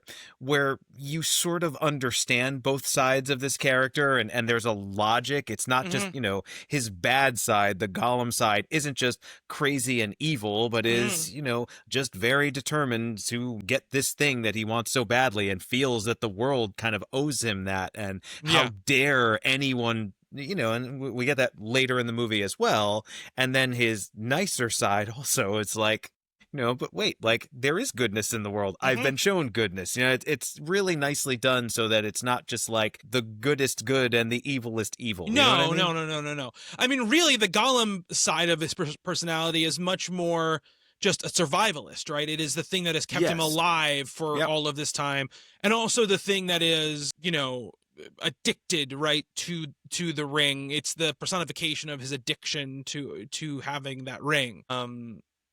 And I mean, look, I mean, I think like if this was a reality set movie, it would be a very problematic scene, right? But I think because it's a fantasy scene with a fantasy creature, you're able to sort of take it a little bit more. And it's crazy because if you watch the behind the scenes like of Circus doing it, he's doing all of the things. Like he's doing all of the turning and all of the expression changes all in camera, you know, to himself. It's really kind of astounding. Well, and Jackson shoots it in such a way where it's not just, you know, shot, reverse shot. It'd be very, very easy. You know, one is lit dark and one is lit light. You know?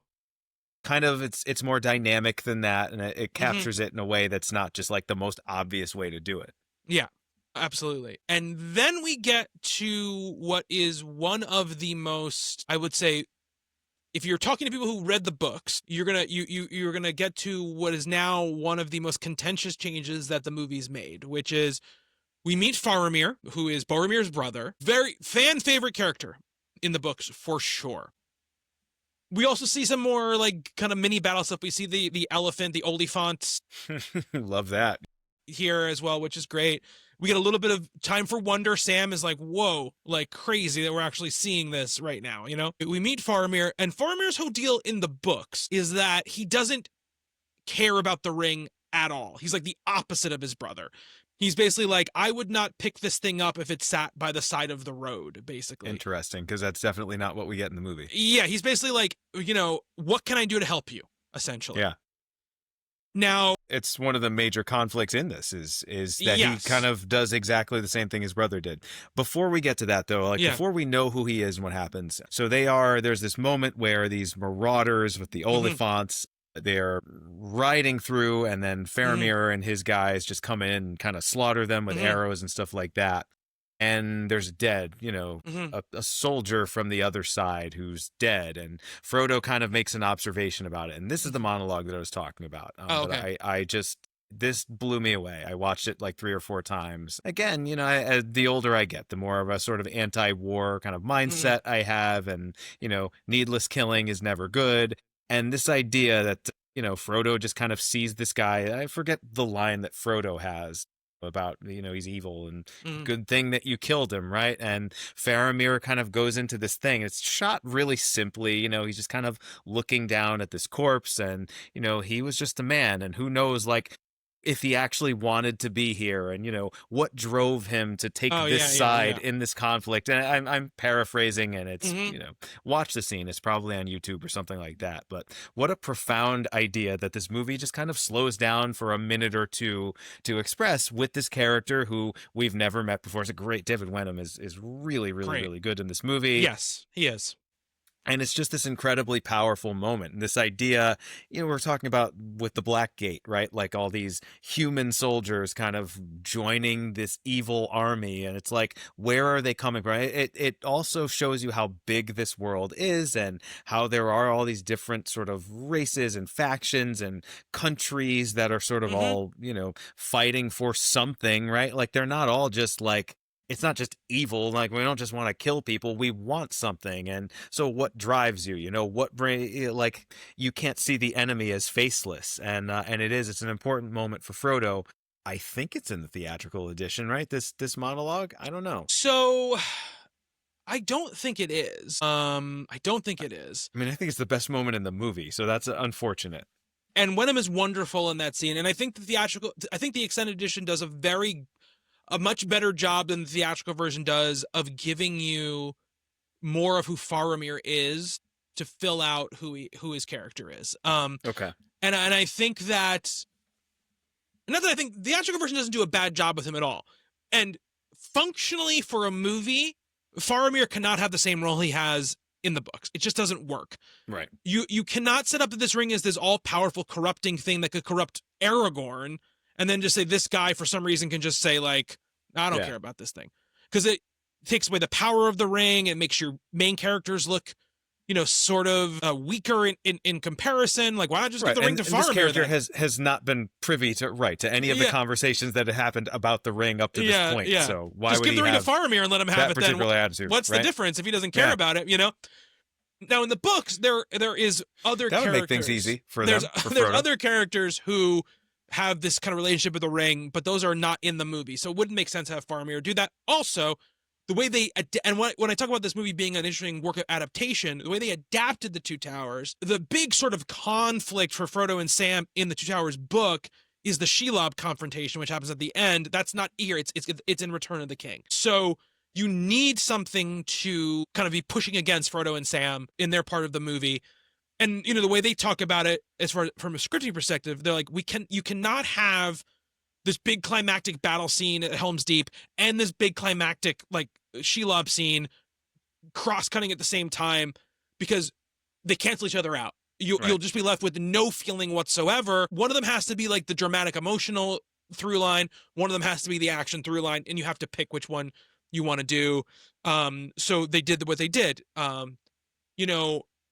It's tough for book readers because Faramir is such a beloved character in the books, because Frodo and Sam go through so much shit, and then finally you get to Faramir and you think, oh God, it's Boromir's brother. It's going to be so bad. And then he's so nice that you're like, oh my God, what a relief while you're reading a 1,200 page book, but in a movie it doesn't work. So they implement Faramir in a similar way, right? But they give him a different motivation, right, than Boromir does. He's not obsessed with the ring, but he is obsessed with getting his father's favor. All of the Gondor flashback stuff that's in this is not in the theatrical version. You do not see John any of Lurie it. plays their father, which is John Noble. John Noble. John Lurie's the Jarmusch guy. John Noble. He's not in there. You don't see Sean Bean at all, really. Any of that stuff in the theatrical version. I think all those scenes are great in this. I think they work. I think they serve to expand out on Faramir's character in a really nice way.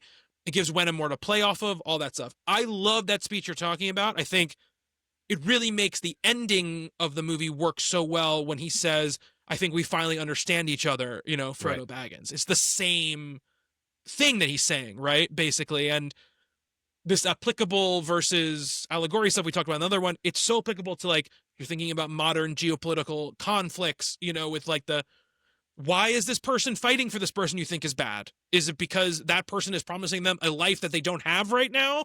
Maybe that's the reason. Like, exactly. I loved all that stuff. The whole, like, his sense of duty is no less than ours, or whatever he says, which is great. I love that war will make corpses of us all, I think. Yeah. Yep. And that's it, right? And that's it in a nutshell. Yeah. But I do think they do a great job with him in this movie. I think Wenham is great in the movie, and I think he gets an arc. And, that's the thing. Faramir doesn't have an arc in the books. It's basically like, I'm really good, and I end really good. There's nothing to play. So you give an actor something to play, and I think he does really well. I will say that, like, where this middle part of the movie is the part of the movie that I won't say I like the least, because I like all of it, but it is, I think, the mushiest part of the entire trilogy, which is this stuff where Frodo is prisoner of Faramir, and the whole like warg attack into fake out Aragorn death section, which is the part where I think the movie does its poorest job of pushing the plot forward in a really a super engaging way. Well, because it's kind of all foregone conclusions, right? Like, we know that they're going to end up in Helm's Deep. We know we're going to see Gandalf come back at, on the 5th day, whatever. Aragorn We know Aragorn isn't dead. We know Frodo is going to get past this particular obstacle that feels like a little bit, screenwritery. Just kind of a contrivance to sort of prevent him from getting where he's going.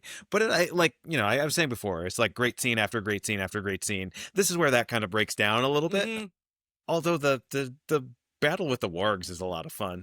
It's a lot of fun, though. I think it is the effect that holds up the least well in the entire trilogy. I think the wargs at sometimes just don't look great. And I think even that battle scene, like, what Jackson is so good at, and we'll talk about this in Helm's Deep pretty soon, he understands that a battle scene is actually made up of a bunch of little tiny battles that make the battle interesting. And I don't feel like the warg thing, it has the Gimli thing, which I think is fun, right? It's where he's great. like underneath the thing. Falls on him, and he's still fighting his way out from underneath. Yeah, like set piece inside the set piece that really stands out there. You do get the cool Legolas gun up on the horse thing, which I think is fun. But like the Aragorn going over the side thing is just very much like, it's like Indiana Jones in The Last Crusade with the tank. It's like almost exactly that same thing. It is, yeah, sure. And it really is. I think the problem with it is that it's a scene written for a function, which is that you need Aragorn to get a little bit more Arwen time, like in flashbacks. And also you need him to see the host coming to Helm's Deep so he can tell people that they're coming. So that's, I think, why it doesn't work as well as a lot of other things work, because it just feels like a thing that they feel like had to happen to do two other things. And that's just not satisfying as a plot point. Well, it's true. It's very like action serial cliffhangery. I think that works a lot better in an Indiana Jones movie than in this, that otherwise is such a nicely developed and realized story. These do kind of mushy, I think is a great word to describe this section, where, things are happening just because we got to have things happening. Yeah. We're getting from point A to point B, and it's, but like, to the credit of this film, the whole second movie could be that, right? Like in a lot of trilogies, that's what it is, right? We're just getting from movie 1 to movie 3, and this, so much of it is substantial, and I think maybe that's what makes this feel a little less interesting in comparison, is because it's not really. But yeah, I definitely agree with you on that. Yeah. And it's like 20 minutes in a 3.5 hour movie. Sure. So yeah, it's not a substantial part of the movie, but like you said, foregone conclusion stuff. Like, we have to see yet another person like discover the ring and get tempted by the ring and then make a bad decision about the ring. It's also just things we've seen a couple of times as well. There's things inside them that I really like. Like, I like the Gollum in the pool, like bashing the fish against the thing and singing the little song. Obviously, that's one of my favorite Gollum moments. Yeah. Frodo betraying him, which is important, right? Because to later on in the story. Yes. Right. I forgot that happens here. Yeah. So all that stuff I think is necessary to do. It's one of the things where I'm like, I wish we could have like condensed it just a little bit. And it's really more the Aragorn side of things than it is the Frodo side of things that just makes it feel a little bit spongy. So, but once we're through that stuff, I think that, we're pretty quickly into like astoundingly good stuff, right? Which is, you see the Helm's Deep thing, like the sort of like miniature set in that mountain from far away. It looks astounding. When you go to behind the scenes stuff, it's insane. They built like this little miniature. They built a full-size set, for like sections of it. And then they built this bigature that you could basically walk. It was like quarter scale. That's an insane scale for a fortress to build for a movie. Yeah, quarter scale doesn't sound, 1 to 4 does not sound that impressive, but think about what we're actually talking about here for sure. Like, you can see pictures of Jackson, like, he's like The door, which is like, huge in the movie, is like up to his head, but he can walk in to the set. That's crazy. It looks like a little house that he's walking into, which is an insane thing to do. We also get here, we do get the Arwen stuff, we get the Elrond stuff, we get the, the Galadriel stuff. And once again, it feels like Jackson trying to solve a problem in the books, which is that you've got your love interests hundreds of miles apart for the entire trilogy, except for the one time where they're in the same place. And you have to keep reminding people that this is an important thing, right? Well, it's nice that we flash back to Rivendell a little bit too. Like, yeah, we kind of deepens the Aragorn character. The way we get to that, him kind of washing up on the beach and having these memories. But like, again, that's all stuff that could have been in Fellowship, and we had to just kind of fill that in for ourselves. It's nice to see that. I think they're really good together. Also. Oh, they're great together. And it's really, not about really any... Sorry, go ahead. Sorry, I cut you off. Just the chemistry that Viggo Mortensen and Liv Tyler have is it feels pretty real. It does. And none of the individual pieces, right, are substandard at all. It's just, I think you have this 20 minutes where you can feel them trying to figure out how to do certain things. It's certain things. They're like, it's like, we got to figure out we want to bring the elves to Helm's Deep, which is not a thing that happens in the books. Another thing that fans initially were like, what the hell are you doing? Like, this is not something that should happen. Now it's pretty accepted and I like it, but it's just one of these things where they have to figure out a way to do that. So you have to get to Elrond, you have to get to Galadriel, you have to do a kind of basically a exposition scene, right? In the middle of this 3.5 hour long movie. And you just can't help but feel a little bit, like I said, squishy. It's just like, you just can't help it. Because you're really just saying, like, okay, stop. Now we're going to go to these other places in like weird ethereal flashbacky stuff. And it's like a mix of flashback, but also, and then stuff that's happening in real time. And it just, it gets a little bit messy in those moments. And because we are setting up for this, what we know is going to be an epic battle scene, no matter what you know about this, like that's just the kind of movie this is, right? We're leading up to that Rio Bravo siege sequence. And, this is late. I mean, this is 2 hours in, 2.5 hours. Probably in. More, 2.5 probably at this point. Probably close to 2.5 hours in. So, it's a tough time to have to do this. Yeah. Absolutely, it is. It is a tough time to have to do it for sure. But I will say the one thing we do get from Aragorn being fake dead is that just awesome shot of him opening the doors, like the doors of Helm's Deep with that like the haze behind him and everything. Well, I also like this shot of him like on the horse, kind of unconscious. That's great. Like great. Flopping around, seeing all like the Uruk-hai troops coming looks great. Oh, it's before that. Like when he first gets on the horse, he's like basically dead. Yes, he is basically dead. And one thing all these movies do, they do a really good job of actually showing the toll of things that happen to the characters. Again, we'll talk about it more in Return of the King because there's a specific Gandalf thing that I just love in Return of the King. But it's here too with the Aragorn thing like you're talking about. One thing we skipped over, I want to say, again, the movie just taking time to slow down and give you little moments. The Éowyn like bad soup stew thing. The stew, which cute he like kind of pours out, and then she turns. Yeah, it's a romantic comedy moment. Sure. Yeah, but it's a cute little moment, right? Where it's like, let's just give time to give like these characters a little time to like. It's not all just riding on horses and fighting, right? There's going to be time where they're sitting in camp and just trying to like pass the time, and like this is one of those times. I like the Gimli stuff, the elf, the dwarf women thing, and also, what Aragorn says about the beards. Just these little funny moments. Sure, there's a lot of those in the first movie too. I think less here, but it works really nicely to, just give us these are crowd pleaser type movies, and as dark as it is, and as deep and as thoughtful as they are, just little fun moments. I agree. Yeah, absolutely. And every scene has one. Yes, every scene has one. And unless it's as serious, there are some where there's just no place for it. But like Gollum smacking the fish around, stuff like that, I think works really nicely. Yeah. Also. Jackson just never leaves that stuff behind for too long. He's always coming back to it. He's always pulling back. He's a silly guy, Jackson. He is a silly guy. He kind of cuts his teeth on, gross out comedies. And you get a little bit of that here too. Yeah, 100%. And then we're sort of into the prep for the battle. Right. And again, Bernard Hill is just such a key to this whole thing working. His sort of despondency at how many people are, how big the force is that's coming, that sort of confrontation on like the battlements where, Aragorn is like, you've got to call, you got to call for aid, and him just being like, you can just tell that he spent all of these years being let down by all of these people around him. And he just is like, this is it. We're alone, and that's it. His like getting ready scene, that whole like, where's the horse and the rider? Where is the horn that was blowing? They've passed like rain on the mountainside or whatever it is. And just, you're talking about the transience of life, and especially in war, and how things just go away. And, one moment they're here and one moment they're gone.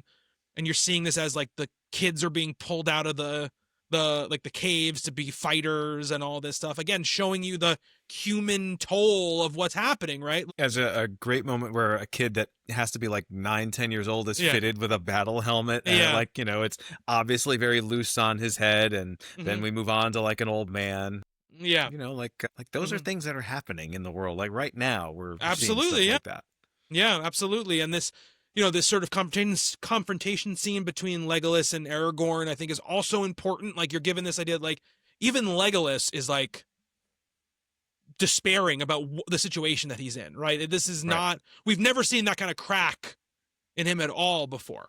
And it's resolved pretty quickly. Like in the next scene, that he apologizes and like, all right, let's go into battle together. But yeah, these little moments of doubt, and I think that helps us. Like, even though we kind of know that these major characters are probably going to make it through this, it does give this whole thing an emotional weight that it wouldn't have otherwise if we didn't. Like, again, I mentioned Legolas before. Like, he's kind of a handsome guy that shoots arrows, but I always emotionally kind of connected with every member of the Fellowship. Merry and Pippin, right? The stoner guys, the comic relief characters.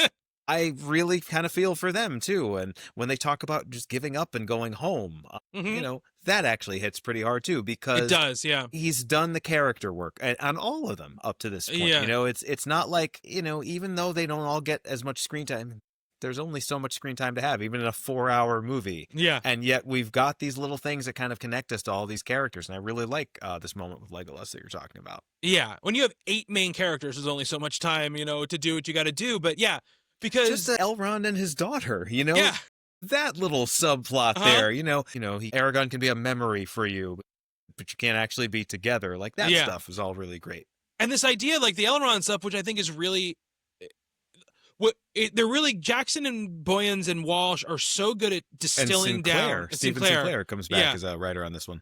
Are really good at distilling down what the heart of it is, right? Which is that Elrond just does not want his daughter to die. He's like, right. I don't want to leave you here because you're going to die if you stay here. And that sequence, the idea when we see her with old dead Aragorn, and then this life that she leads after. I mean, that is such a, I'm sure I've known older couples where one half of the couple dies and the other person lives on, and that's like the saddest thing. That's like a Michael Haneke movie thing. Didn't he make a movie about that? And like, that's just sort of here in the middle of this like cool ass medieval battle movie, and like that scene kind of broke me, and I was like, I didn't remember that either. Yeah, the movies have a deeply romantic undertone to them, which again is something that makes them special, right? And it connects them to old. But I mean, it really in this PG-13 crowd pleaser movie, that like the thought that it's expressing about death, which is unfortunately a thing that's going to come to us all at some point, to express something that deep and dark and profound here before you get this cool ass battle scene. That's a tough thing to pull off, I think. And it doesn't feel out of place. It just kind of, it draws us further in rather than pulling us out of all the other stuff. Yeah. And this idea, right, that you could make a whole movie about an elven, an immortal person, an immortal choosing to die, right? Right. Yeah.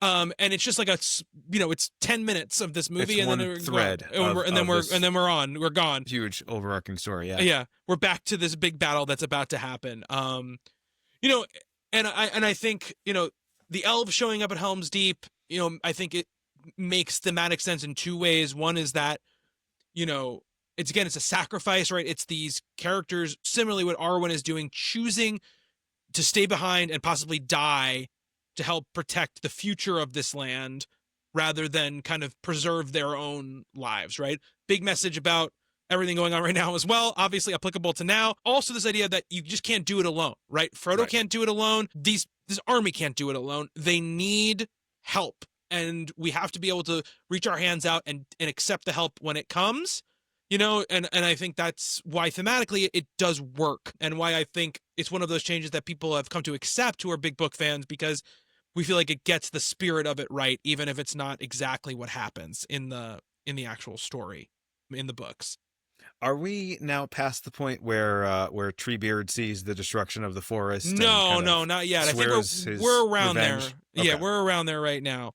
Because I will say, I mean, that happens a little quickly because we just can't spend a lot of time on it. I do think it's a turn that takes that you know, could be dwelled on a little bit longer. You know, it's like he just calls out to the trees and it's like, all right, we're gonna go destroy Isengard, and then they just do it. Yeah. Feels a little bit shorthanded, but also it's one of the most awesome scenes in the entire trilogy. So. Yeah, I mean, we have had a lot. I'll say this: you get a lot of time with the Ents, so you already have them debating and deciding not to do the fight. So to have them debate again, I think would feel sort of squishy, right? Yeah, it feels a little weird that it's like, you know, they take him to the edge of the forest. He sees it destroyed and burned down. It's like, right, we're gone. But it's not just the fact that it's a forest burned down. It's the fact that it's Fanghorn Forest burned down, which is a big thing. These were my friends, he said. Yeah, which is a thing that comes up and I don't think it's in the theatrical version, but in one of the Saruman like scenes that we get in this movie, where he says like, well, we're out of fuel, and he goes, well, Fanghorn Forest is right there. Burn it down. Yeah, it's in the first like 10 minutes or so of this. Yeah. You know, which I think is supposed to impart to you that they've taken all the other trees down, and they don't want to go do that, right? Because some of them, the idea that like you don't touch that forest, right? But yeah, but I will say, like, you mentioned the Merry and Pippin scene where, you know, basically they're getting sent home, and you know Pippin is like, we still have the Shire, and I think Merry being like, there won't be a Shire anymore, is finally what kind of breaks Pippin's like kid-like mentality about everything that's been happening here, right? He's always kind of thought, well, we always have something to go back to. Like, if we need to leave, like, we don't have the ring, we don't have the thing, like, there's still like this wonderful, beautiful place that like we can just go to, you know? But again, and I think that's connected to the Faramir monologue, right? Like, why do you fight? What drives you to go to war? Not because you want to, not because you're just out for blood, but because if you don't stand up for what is meaningful to you, then who knows if you'll have that, right? Yeah, absolutely. And I mean, yeah, the end scene, like again, music. The music is so good in this scene where they're marching on the Isengard. Like, it is such good music. So much. Yeah. And I just love, there's also this idea, right, that like these beings are so powerful. They are so in a different level than like anything that's happening right now, you know, and the fact that they're able to do this so fast, I think is great. And well, they're big and they're old and they're wise. And I don't know how much we'll be able to talk about actually the scene, but the thing that I forgot is one of them gets set on fire. Like they're the orcs are like firing like flaming arrows at it and it's set on fire. Then they break the dam and release the river, and they all just like stand this wonderful moment where they all just kind of like root themselves back in the ground, and it's like in the background of the shot, the water washes over this one that's on fire and puts out the fire. Yeah, well, he runs up and puts his little head, he puts his tree head in the fire. It's in the water. I mean, yeah, it's so good, you know. And of course, the Isengard miniature is crazy. It's like a whole parking lot sized thing, you know. And all these digital characters are basically being placed into this like real thing, you know. And it's just another crazy technical feat. And there's all, you know, like again, the battle has a bunch of little things, right? The guy got lit on fire. The guy gets like pulled down, and they're like the orcs are trying to chop him with little axes. Treebeard throws the rock, you know, all that stuff is really good. Then Merry and Pippin start throwing rocks too, like little rocks. Yeah, and I love that Treebeard is like, good shot. He's like cheering him on. Well, they do. They hit an orc like right in the head. It's great. Yeah, he falls into the pit. Every one of them, and we never get to meet any of them, but they all kind of look different. They have There's a moment earlier on. He says something about oak and ash, like all the different species of trees all come together. It's great. Yeah. What a hippie ass thing to do, and exactly. works so perfectly in this movie. crazy hippie ass This thing to world. do, which is great. Bit of a tree hugger myself. Yeah. It was literally when they pick up, there's like a bridge or a guard tower or something, and they pick it up and they throw it down into that massive sort of cave system that we saw, with the forge from the earlier movie. It's so good. Yeah, it is great. Great scene. And again, Just it's a being rousing moment in the middle of another totally rousing, kick-ass moment happening, elsewhere in the world. It's being intercut with the Helm's Deep fight, right? Yeah. Which we haven't even kicked off yet, but it's which we do have to talk about. At some point. Again, little moments, right? So we get everyone lined up. We have immediately we're getting battle geography, right? We've got the wall, we've got the keep, we've got the soldiers behind the wall, the causeway leading up to the gate. Yeah. And we got the soldiers, we got the orcs coming up through this like ravine, basically, right? Towards this fortress. We get that great, it starts raining, of course, up the drama. We get the guy accidentally shoots the arrow and kills the one orc.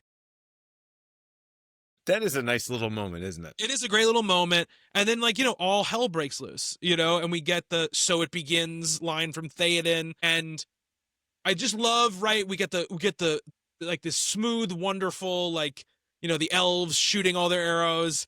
And then, the Rohirrim shoot their arrows, and it's like the guy with missing an eye, and he's like, yeah, or whatever. It's just like these little moments that Jackson knows how to do, right? It's like, you don't forget there's a guy without an eye who tells him to shoot the arrows.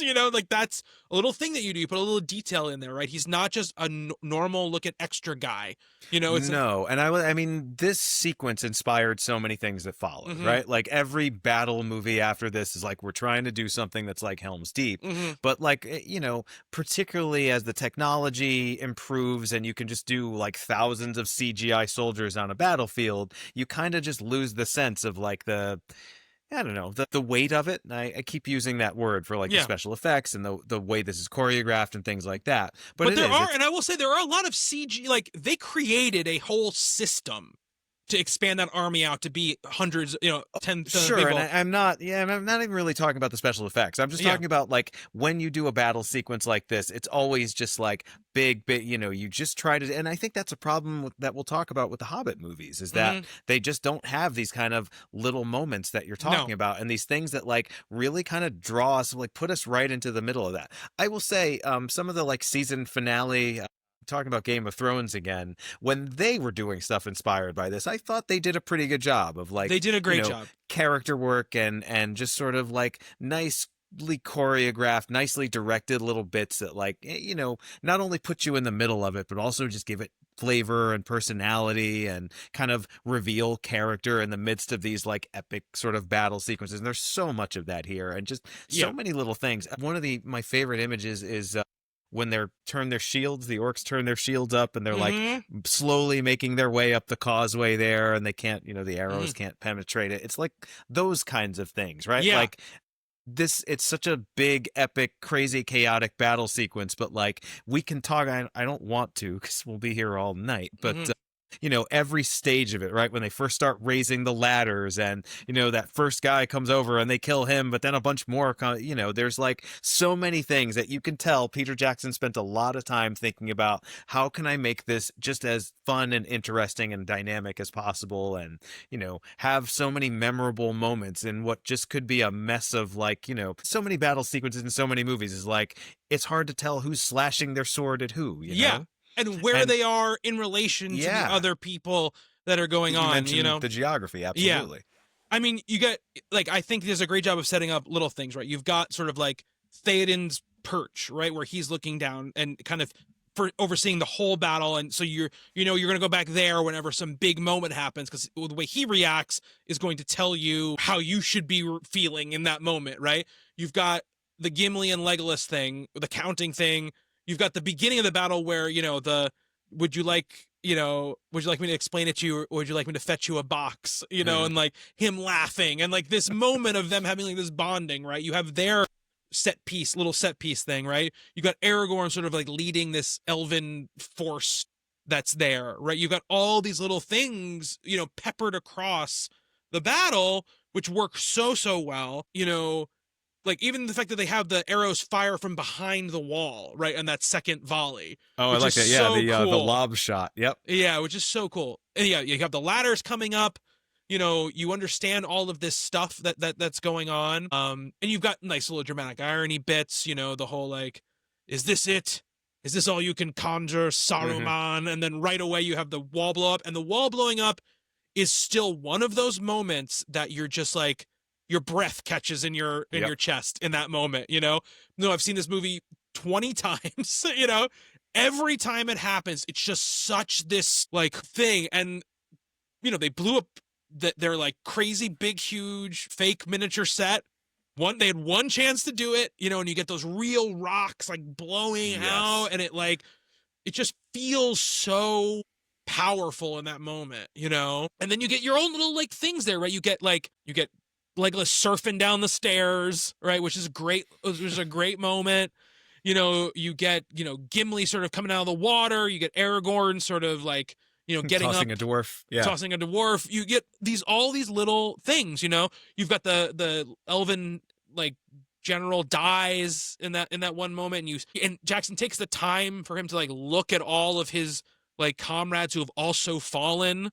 You know, like how much they've sacrificed to be here and help, you know, just to sort of like stem the tide. And you see Aragorn just kind of like put his hand on him, and like we barely care about or know this character. And again, you said that this doesn't happen in the books, but like when he arrives, you know, in the scene just prior to this one, and Aragorn, you know, it's like I'm so happy that you're here. Like it's so genuine, and like that friendship that like it's just, you know, the movie's telling you like these guys really like each other, and you know. It's like there, and you internalize it right away, and then you really feel sad when this guy dies a couple of scenes later, and you feel Aragorn's, you know, pain at the, you know, seeing the loss of this friend of his that we know nothing about. We know nothing about their relationship, and the movie hasn't been able to set that up other than, you know, they have this one moment together, and it works so well that we buy it. Yeah, you care about Aragorn, so you care about what Aragorn cares about. You know, that's really, and you know that anyone that he considers, you know, a friend and a compatriot and a comrade, well, like, then he must be a really good guy too. Exactly, exactly.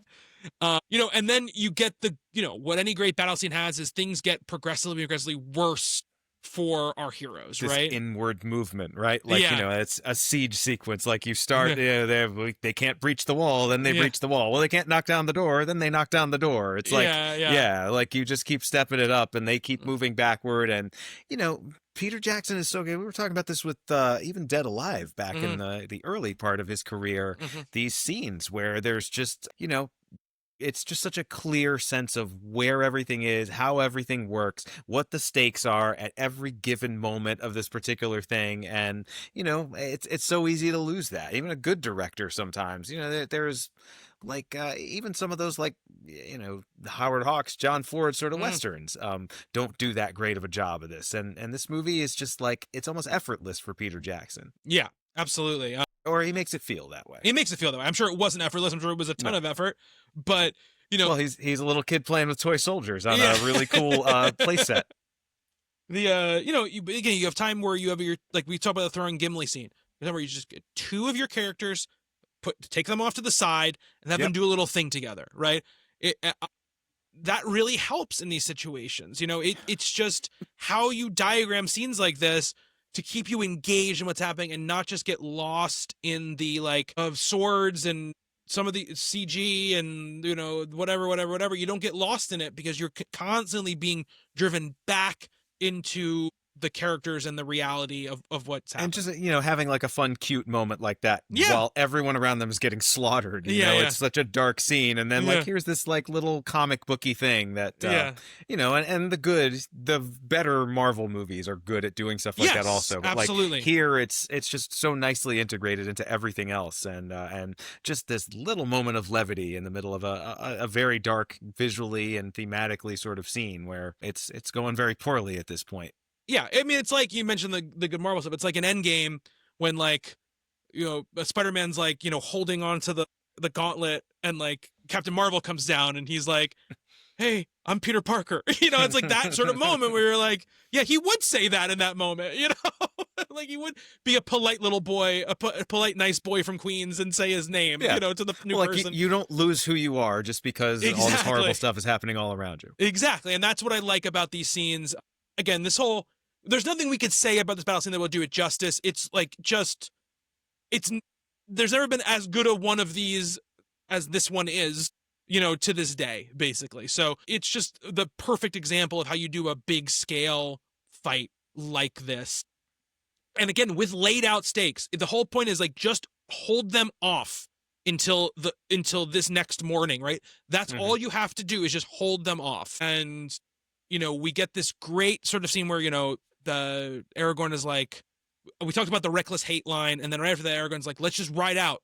Like, let's just get on our horses and go out, which is what he's saying is what you should have done from the first place, is do the thing you're best at, get on the horse and meet these people where they live. Do not go hiding, away. Like, remember who you are, basically, is what he's telling him, And it's part also of Aragorn's journey of like taking up this mantle, right? Of being this like leader of men, You get a little bit with Boromir at the end of Fellowship, and here you get it again, right, where he's really kind of staking his claim and taking his place among these these people. And I just love how they just fucking like rush out of that door and just like plow just through slashing everything in their way. Yeah. And I love, again, another great, Bernard Hill has another speech to give there. He goes the Red Dawn, and then Gimli blows that giant fucking horn that's built into the fortress, and right. And it's nicely, these movies work so well because we have the knowledge of movies that came before them, right? That's a suicide, that's Pickett's charge, right? They're just going to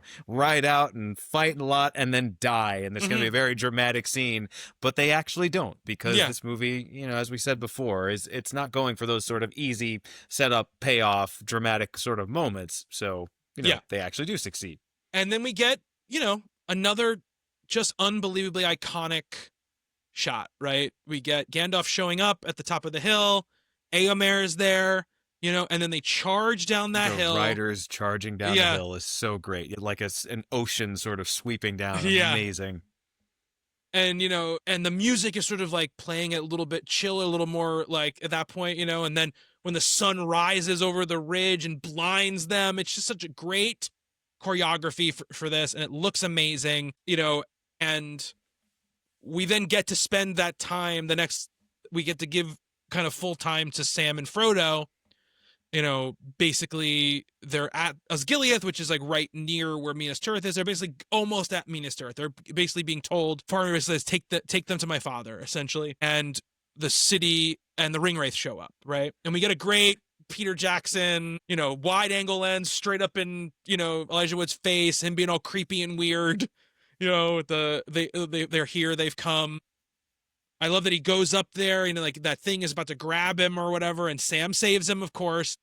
Oh, that amazing shot where he just like faces it, it's looking right at us, and we see him kind of close up, face to face. That's amazing. Really, again, in a movie that does not lack for like beautiful images and iconic moments, that slow-mo of that thing just flapping its wings and Frodo in the foreground, like we're gonna deliver right until the very end of this one. Yeah. Love that shot. I forgot all about that shot. Again, there's so much great in this trilogy, in these movies. Like, I've seen this multiple times. Like, that's an incredible shot. I forgot all about it. It absolutely is.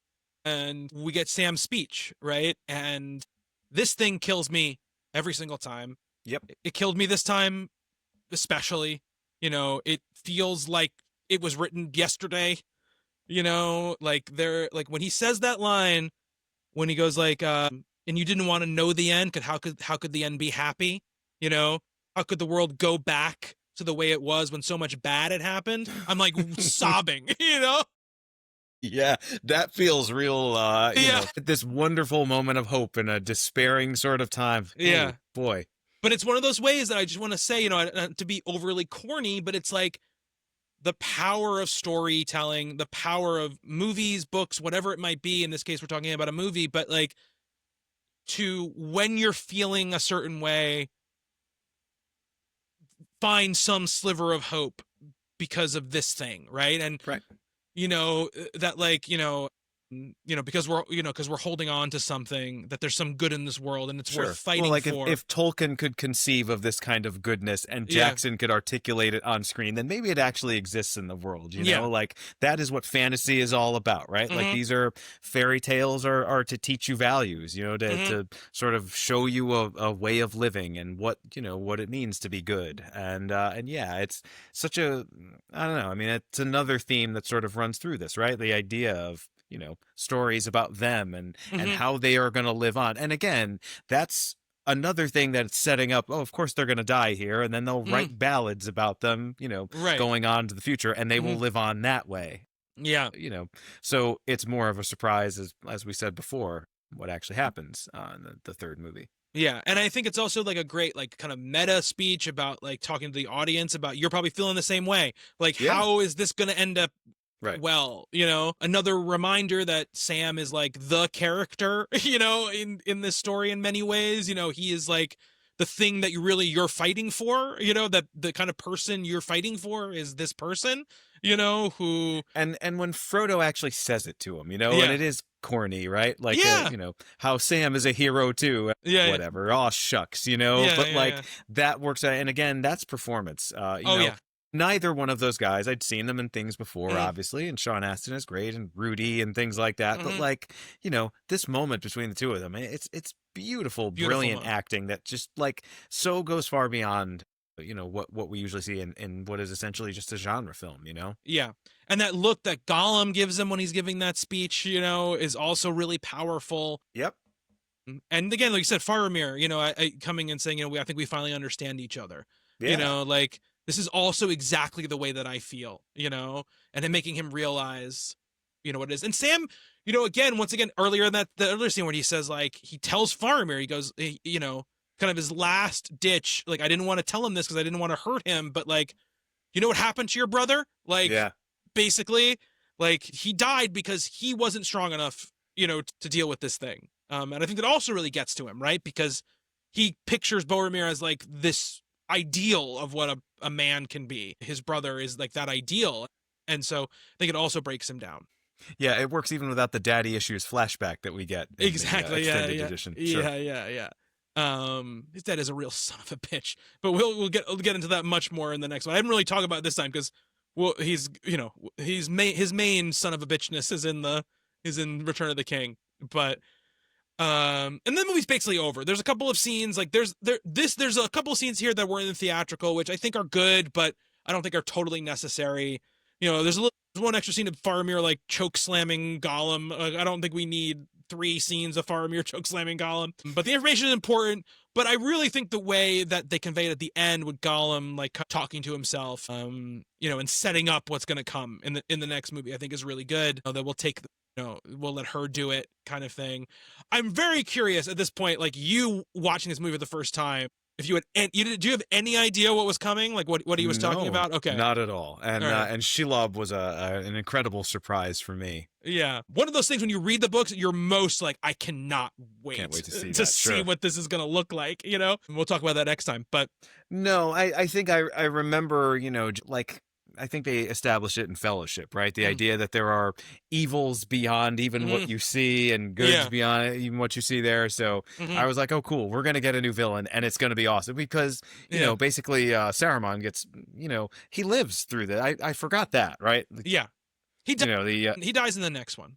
Yeah, no, I know. But like the Siege of Isengard, like, why didn't they just rip the tower down? He's human in some sense. They could have just like knocked it over and he would have fallen, like, you know. You see them trying to break the tower. Stories. They can't break the tower. That's the one thing they can't do. They can't break the tower. Yeah, but they he's try. Just kind of there.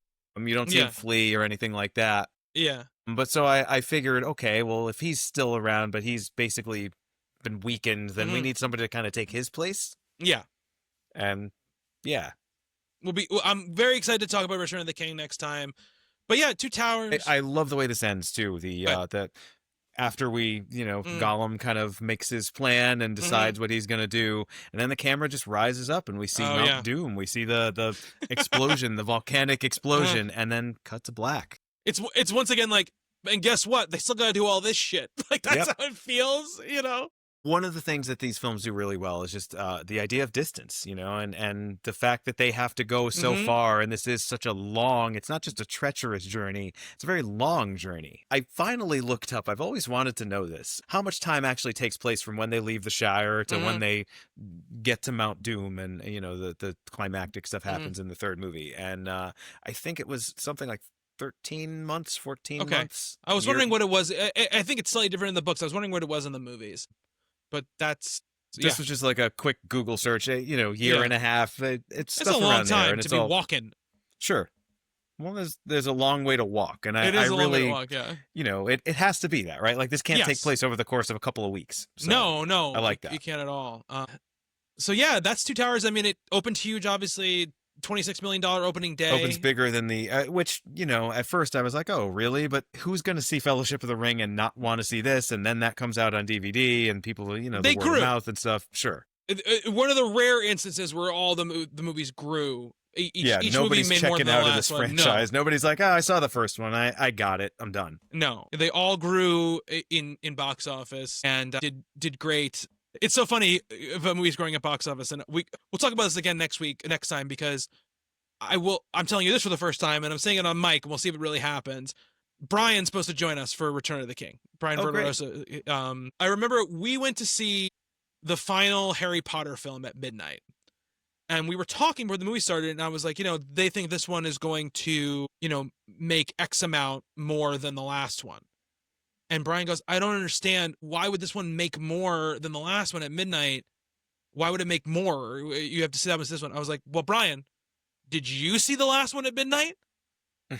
And he was like, oh, no, I guess I didn't. I was like, yeah, this is what happens. It builds.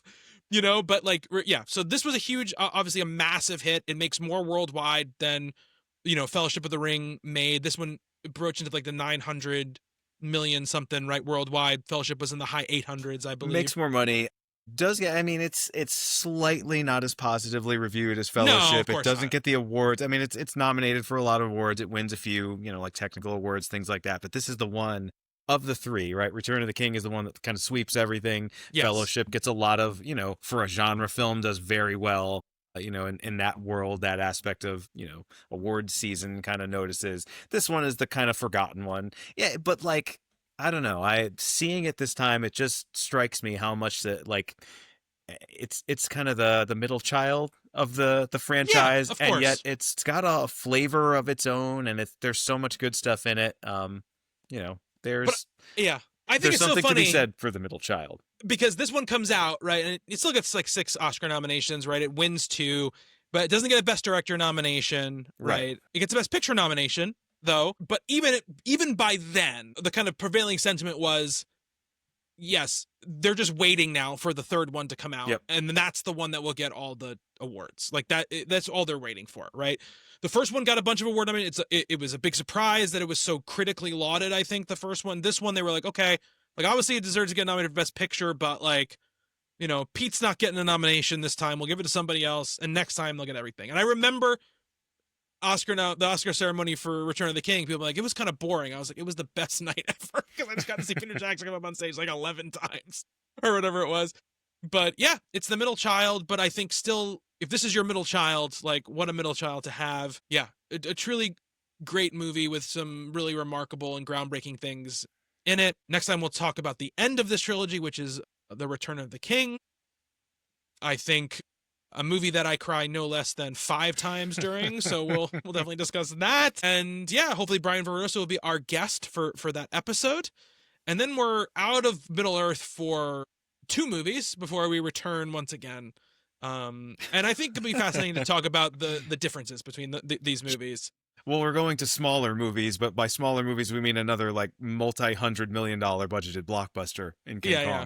There's only just one of them. That's the only reason it's smaller, because there's only one of them. And then a slightly smaller movie, and then back into the mega budget again. But that's going to do it for the show for this week. Please remember to rate, review, and subscribe. Check out our Substack, intrepidfilmographers.com. And once again, please review, the rate, review, the most important part. Really, really helps, less listened to podcasts grow and get an audience. So I really appreciate it if you could leave a review. But until next time, thank you, Nick. Thank you, Bobby. Thank you to everybody who's been listening. be good to one another later.